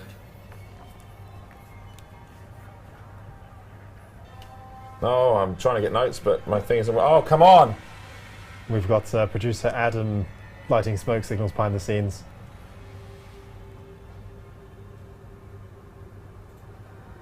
I can't see it. I can't see it. I can't see it. Oh, he's still typing. I've just got a love heart. I don't know what that means. I don't know what this means. Right. Oh, it's a message for you, Bruce. Oh, I'm trying to fight. I'm trying to save humanity. I'm trying to do all this sort of stuff, and now I'm getting. And now you're a receptionist, Bruce. sorry about that. Yeah, you should be sorry. Producer Adam, I can't see your messages right now. I'll mosey on over. Why don't you just send it to my account, and I'll just save the galaxy and fly. Yeah. Hey, what's this chat? This is why humanity's doomed. All right, we're out here trying to fight, help the tin can as the Alliance megaship. Ooh, sorry, chat. What are you doing? Right, hang on. Let's find this ship. HIP. FNS Bombardier, that'll do. It's the only one I can see. We're close enough. We'll go there. It's a low intensity one. So, was it a slap? It was. I haven't. Where am I saying I'm beating, choking, or slapping Bruce? I'm doing none of these things. Although these are all things he deserves. This is quite far away, chap. Don't worry, we can chat. It's the apocalypse arsenic crate. Yeah, I mean these are the end times. The Bombardier is one I found. It's pretty far away, Bruce, but we'll get there. We will get there. So we've got 3 Thargos to our name, albeit little ones.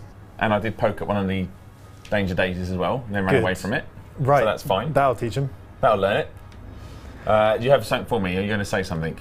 No, it's absolutely fine. Just secret messages that, I've got like a business with Adam.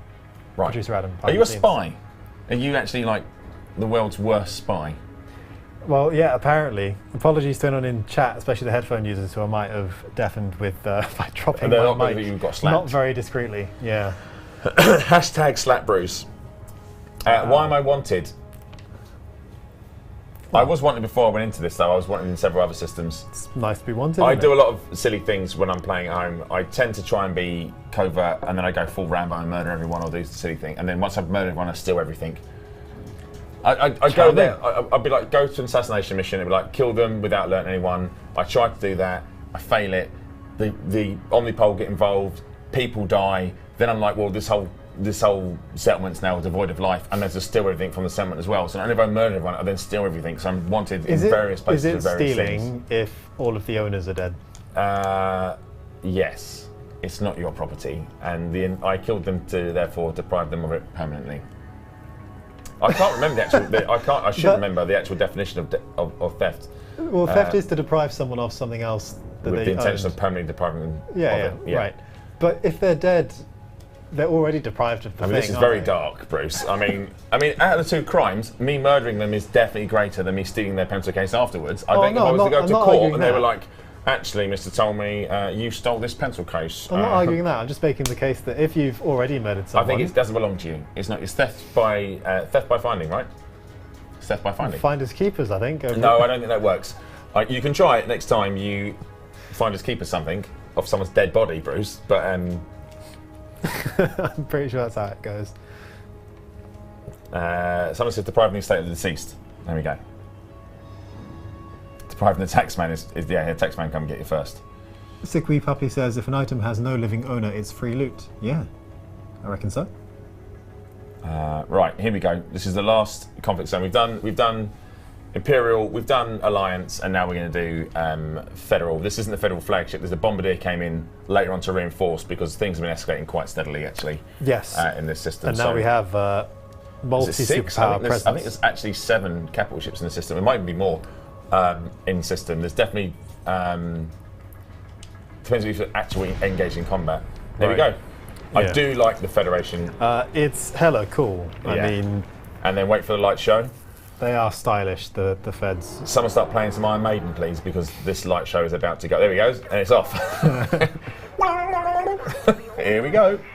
Yeah, they've certainly got a theme down, haven't they? I mean, you can tell the Corvette came from the same bunch. Yeah, I mean, when you look the at Federation that Navy. Scout just got absolutely wiped out. Oh yeah, that is a light show and a half. Just little green clouds of where Thargoids used to exist.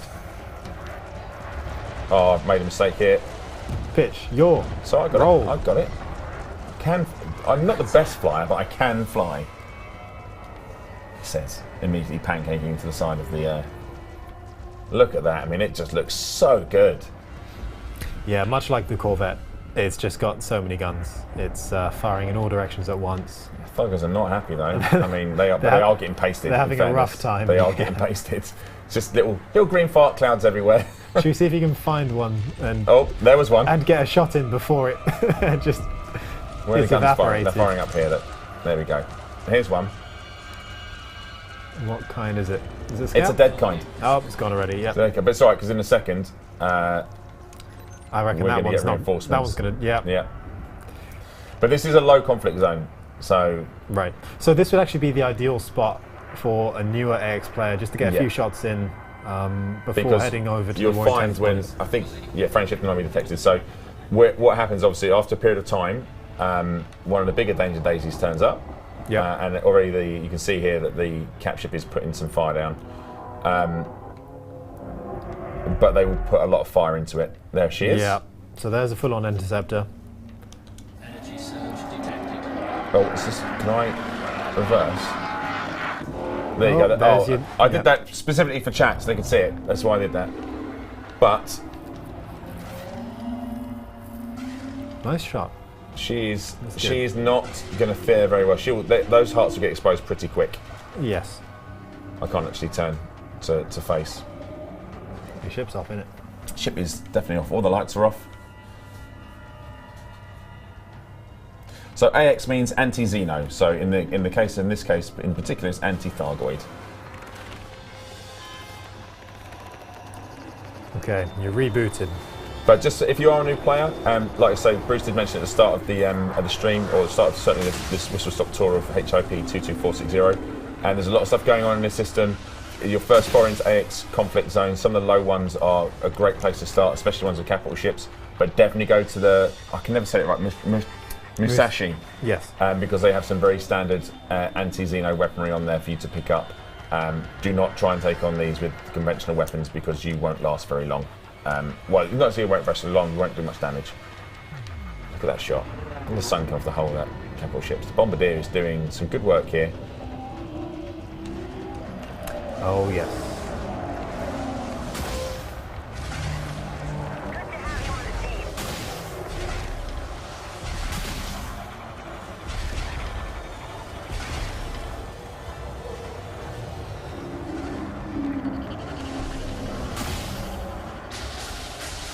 If you're not able to cycle through your targets, like I say, you could check your contacts panel on the left, I think, to find a heart. So I think it's contacts, Thargoid interceptor, the one you've got targeted is the second one down, yeah. We might have to wait for the heart to be exerted before you can... I also think I haven't scanned it. You need to do another scan, I'm sure you do. Right, right. I haven't done I haven't done actual full Do we have the scanner on this ship? I don't know, Bruce. Let's have a look. Apologies if not. Xeno scanner. There it is. Aha. Okay, let's pop that little bad boy on. I need to change my fire group, which is... This is very hard to remember on a control pad. It's that one. Yeah. Xeno scanner. Right. Is that fire group dead? Can't be dead. This is actually quite hard to do, by the way. Yeah, for sure. That's a scout. Yeah. Yeah. Where's the other one? Where are you firing? You're firing up here. What are you firing at? I think that was it.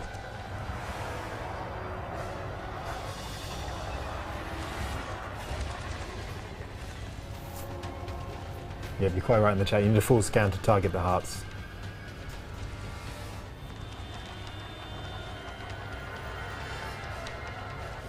I'm not seeing any... Oh no, we've lost contact. No, there's one. There it is, yeah. Right, let's see. I'm trying to remember how to do this. You have to be behind it, chat, right? And I have to scan it long enough to get that bar filled if you have done this before. A to target it, I think first, and then... I thought I had targeted it. Sorry. And then I'm not sure how much range or what range you need to be within. It goes a certain colour, I think. I am going for it. Let's just balance everything out. I need some more power to engines and systems, I think. Oh, not paying attention. That's probably close enough. Wasn't paying attention. I've got a right flak on the other one. Okay, all right. That's fine.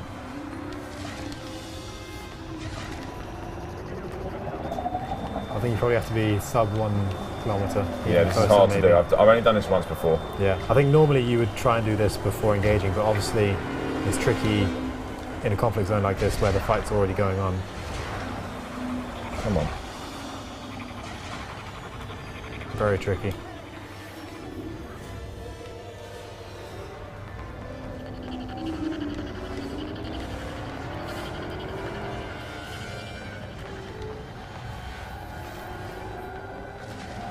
It might be that we can't get it to hold still for long enough to get the scan in.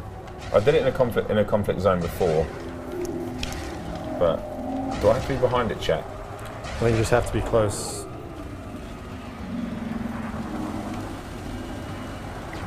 It's not giving me it. It's not giving me it.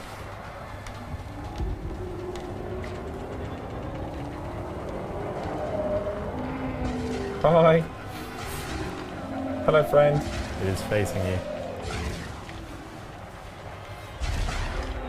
Come on. Come on. Just can't. My chief can be able to turn around. Right, you got this. I would say full pips to engines just to help you get close enough. Some maneuverability. Yeah. If I could fly FA off, I'd be able to turn on a dime on that. Just can't. Come on. Out of range, I'm out of range. Let me know when it goes in range, will you? Yeah, I'll tell you. I say we're looking for less than 1,000 meters.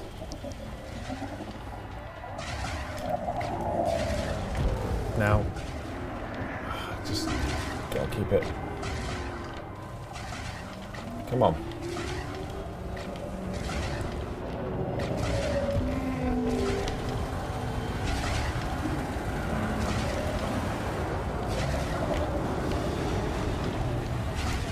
I think you need to be under 500. Really? Yeah.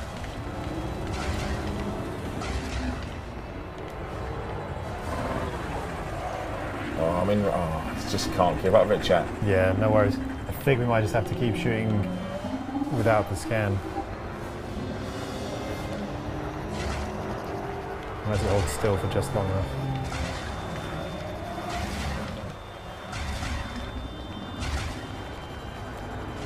So close. No. No, okay. All right, that's it. All right. So I just started blasting. Oh dear. Why did that? Have I got course damage? Right. Again, I've done a rookie area. I'm quite a way away from. Yeah, it's lured you away from the cap ship for sure.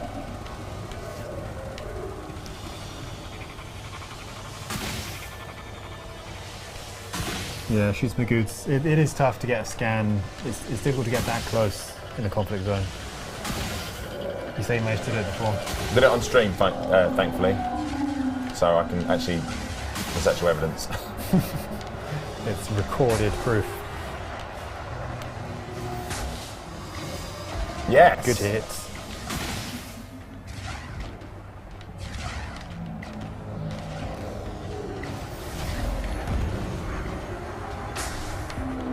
Fire. Should aim for that.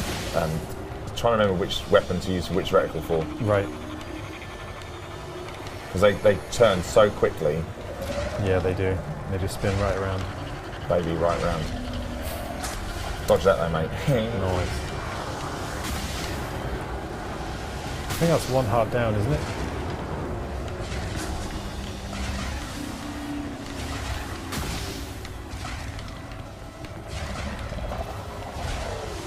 So with the plasmas, you can obviously charge them up. Yeah, I think you want to be probably max charge for the plasmas. I just enjoy shooting the gauss. It's satisfying when you It hit. is, yeah.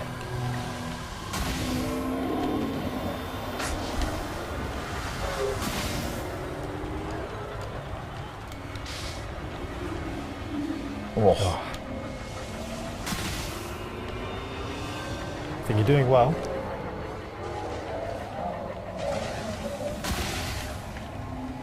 What am I doing wrong, chat? What can I do better, apart from just being terrible at flying?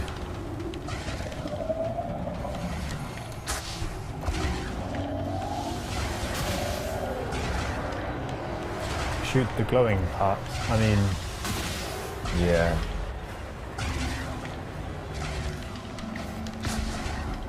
Oh.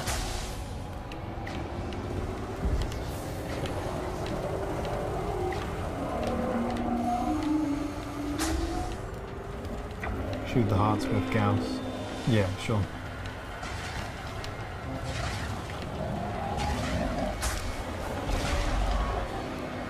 Oh, we're doing alright. It's not murderised me yet. No, you're certainly holding your own. I've lost it though. Can't see my screen's up there. Okay.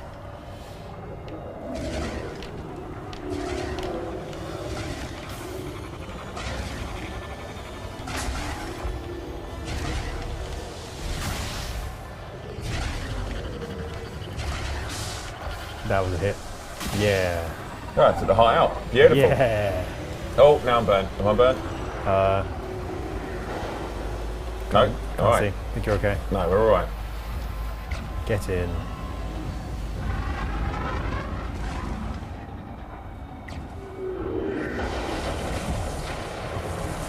Alright, I think it's upset. She angry.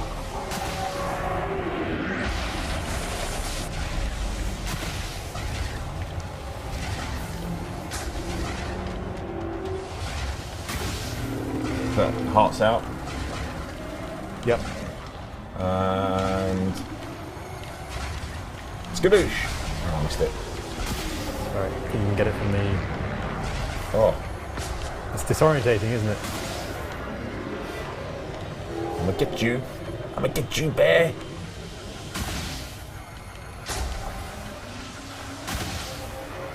I'm not hitting it, but where I'm hitting it. Oh, it's hitting me now. Oh dear. Oh dear, oh dear.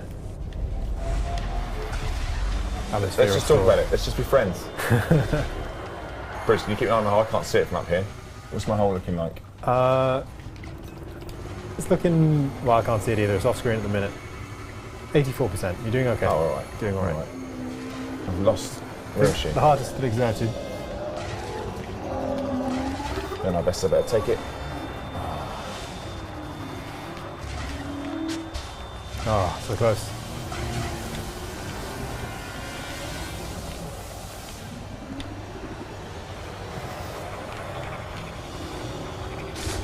There's 2 X's on your center reticule. Are they? Does that mean you've got 2 Gauss cannons down? Yeah, I think so. Yeah, out of ammo. Ah. Out of ammo or malfunction? It says out of ammo on the screen, isn't it? Dude, Did I get the heart? That was a Did I good get hit. the heart? That was a good hit. I think the heart is still up, but that was a good hit. Cute Independence Day. I'm back! Right, what are we looking for? Plasma charger. There's still a few rounds on this.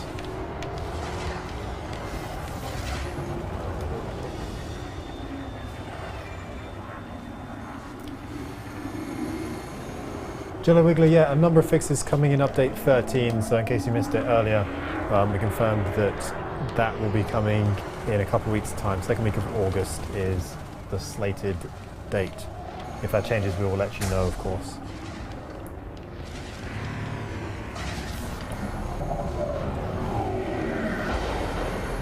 It's definitely wounded, Bruce. You definitely hurt it, for sure.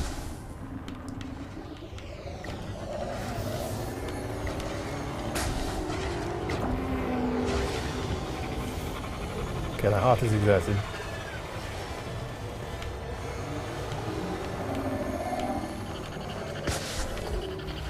Was that a hit? It was a hit, surely. It was a hit, and don't call me Shirley. I'm just conscious of time, because... yeah, for sure. Should we say, try and get one more good hit on that heart, maybe knock it off, and then we'll wrap things up for now. I'll start concluding the stream. So yes, thank you everyone for joining us. This has been Frameshift Live episode 13. That's the official Elite Dangerous fortnightly live stream where we share various bits of game and community news. Thank you so much for joining us. As always, we've had Twitch drops active, so make sure that your Frontier and Twitch accounts are connected at twitch.frontierstore.net/elite, so that every show you're able to claim one of our unique cosmetics that you won't be able to get elsewhere. During the show, we talked about the recent events, especially pertaining to the system that we're currently in, which is HIP 22460, where tensions are escalating to a fever pitch. If you want to get involved in the combination of the Azimuth saga, which is our ongoing narrative, we'd encourage you to take part by visiting the system and making sure that you are around for when things, how would I put it, come to a head, let's say.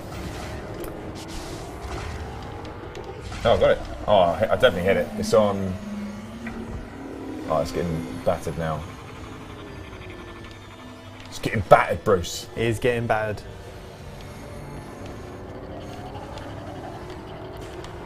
Right. Right, so I think we'll probably call it there then. We'll let the... We'll let this Danger Daisy go. We'll let it go. I'm sure the Federal cap ship and allies will finish it off. I think you got some good licks in. So well done, Arf. We will wrap things up there. We'll bring it back to ourselves just for the time being. Once again, thank you so much for joining us. Hopefully you enjoyed that stream. I love it. Yeah, I enjoy spending time on stream. Love chat. Actually, fun with you, Bruce. It's great. I'm enjoying the excitement around the Atmos saga. The finale is obviously looming. Very excited to see how players enjoy it and what they think might happen. It's going to be quite an intense time for all of us here. That's it. I guess the only bit of news is, remember, update 13 is scheduled for the second week in August. That's which right. is not that far away, so would advise you set yourself some time for that. It's going to be a good one. Yeah, 100%. We'll see you then as well. We'll be streaming in that same week. So until then, have a wonderful couple of weeks, Commanders. We'll catch you in the next one. 07 and goodbye. 07, everyone.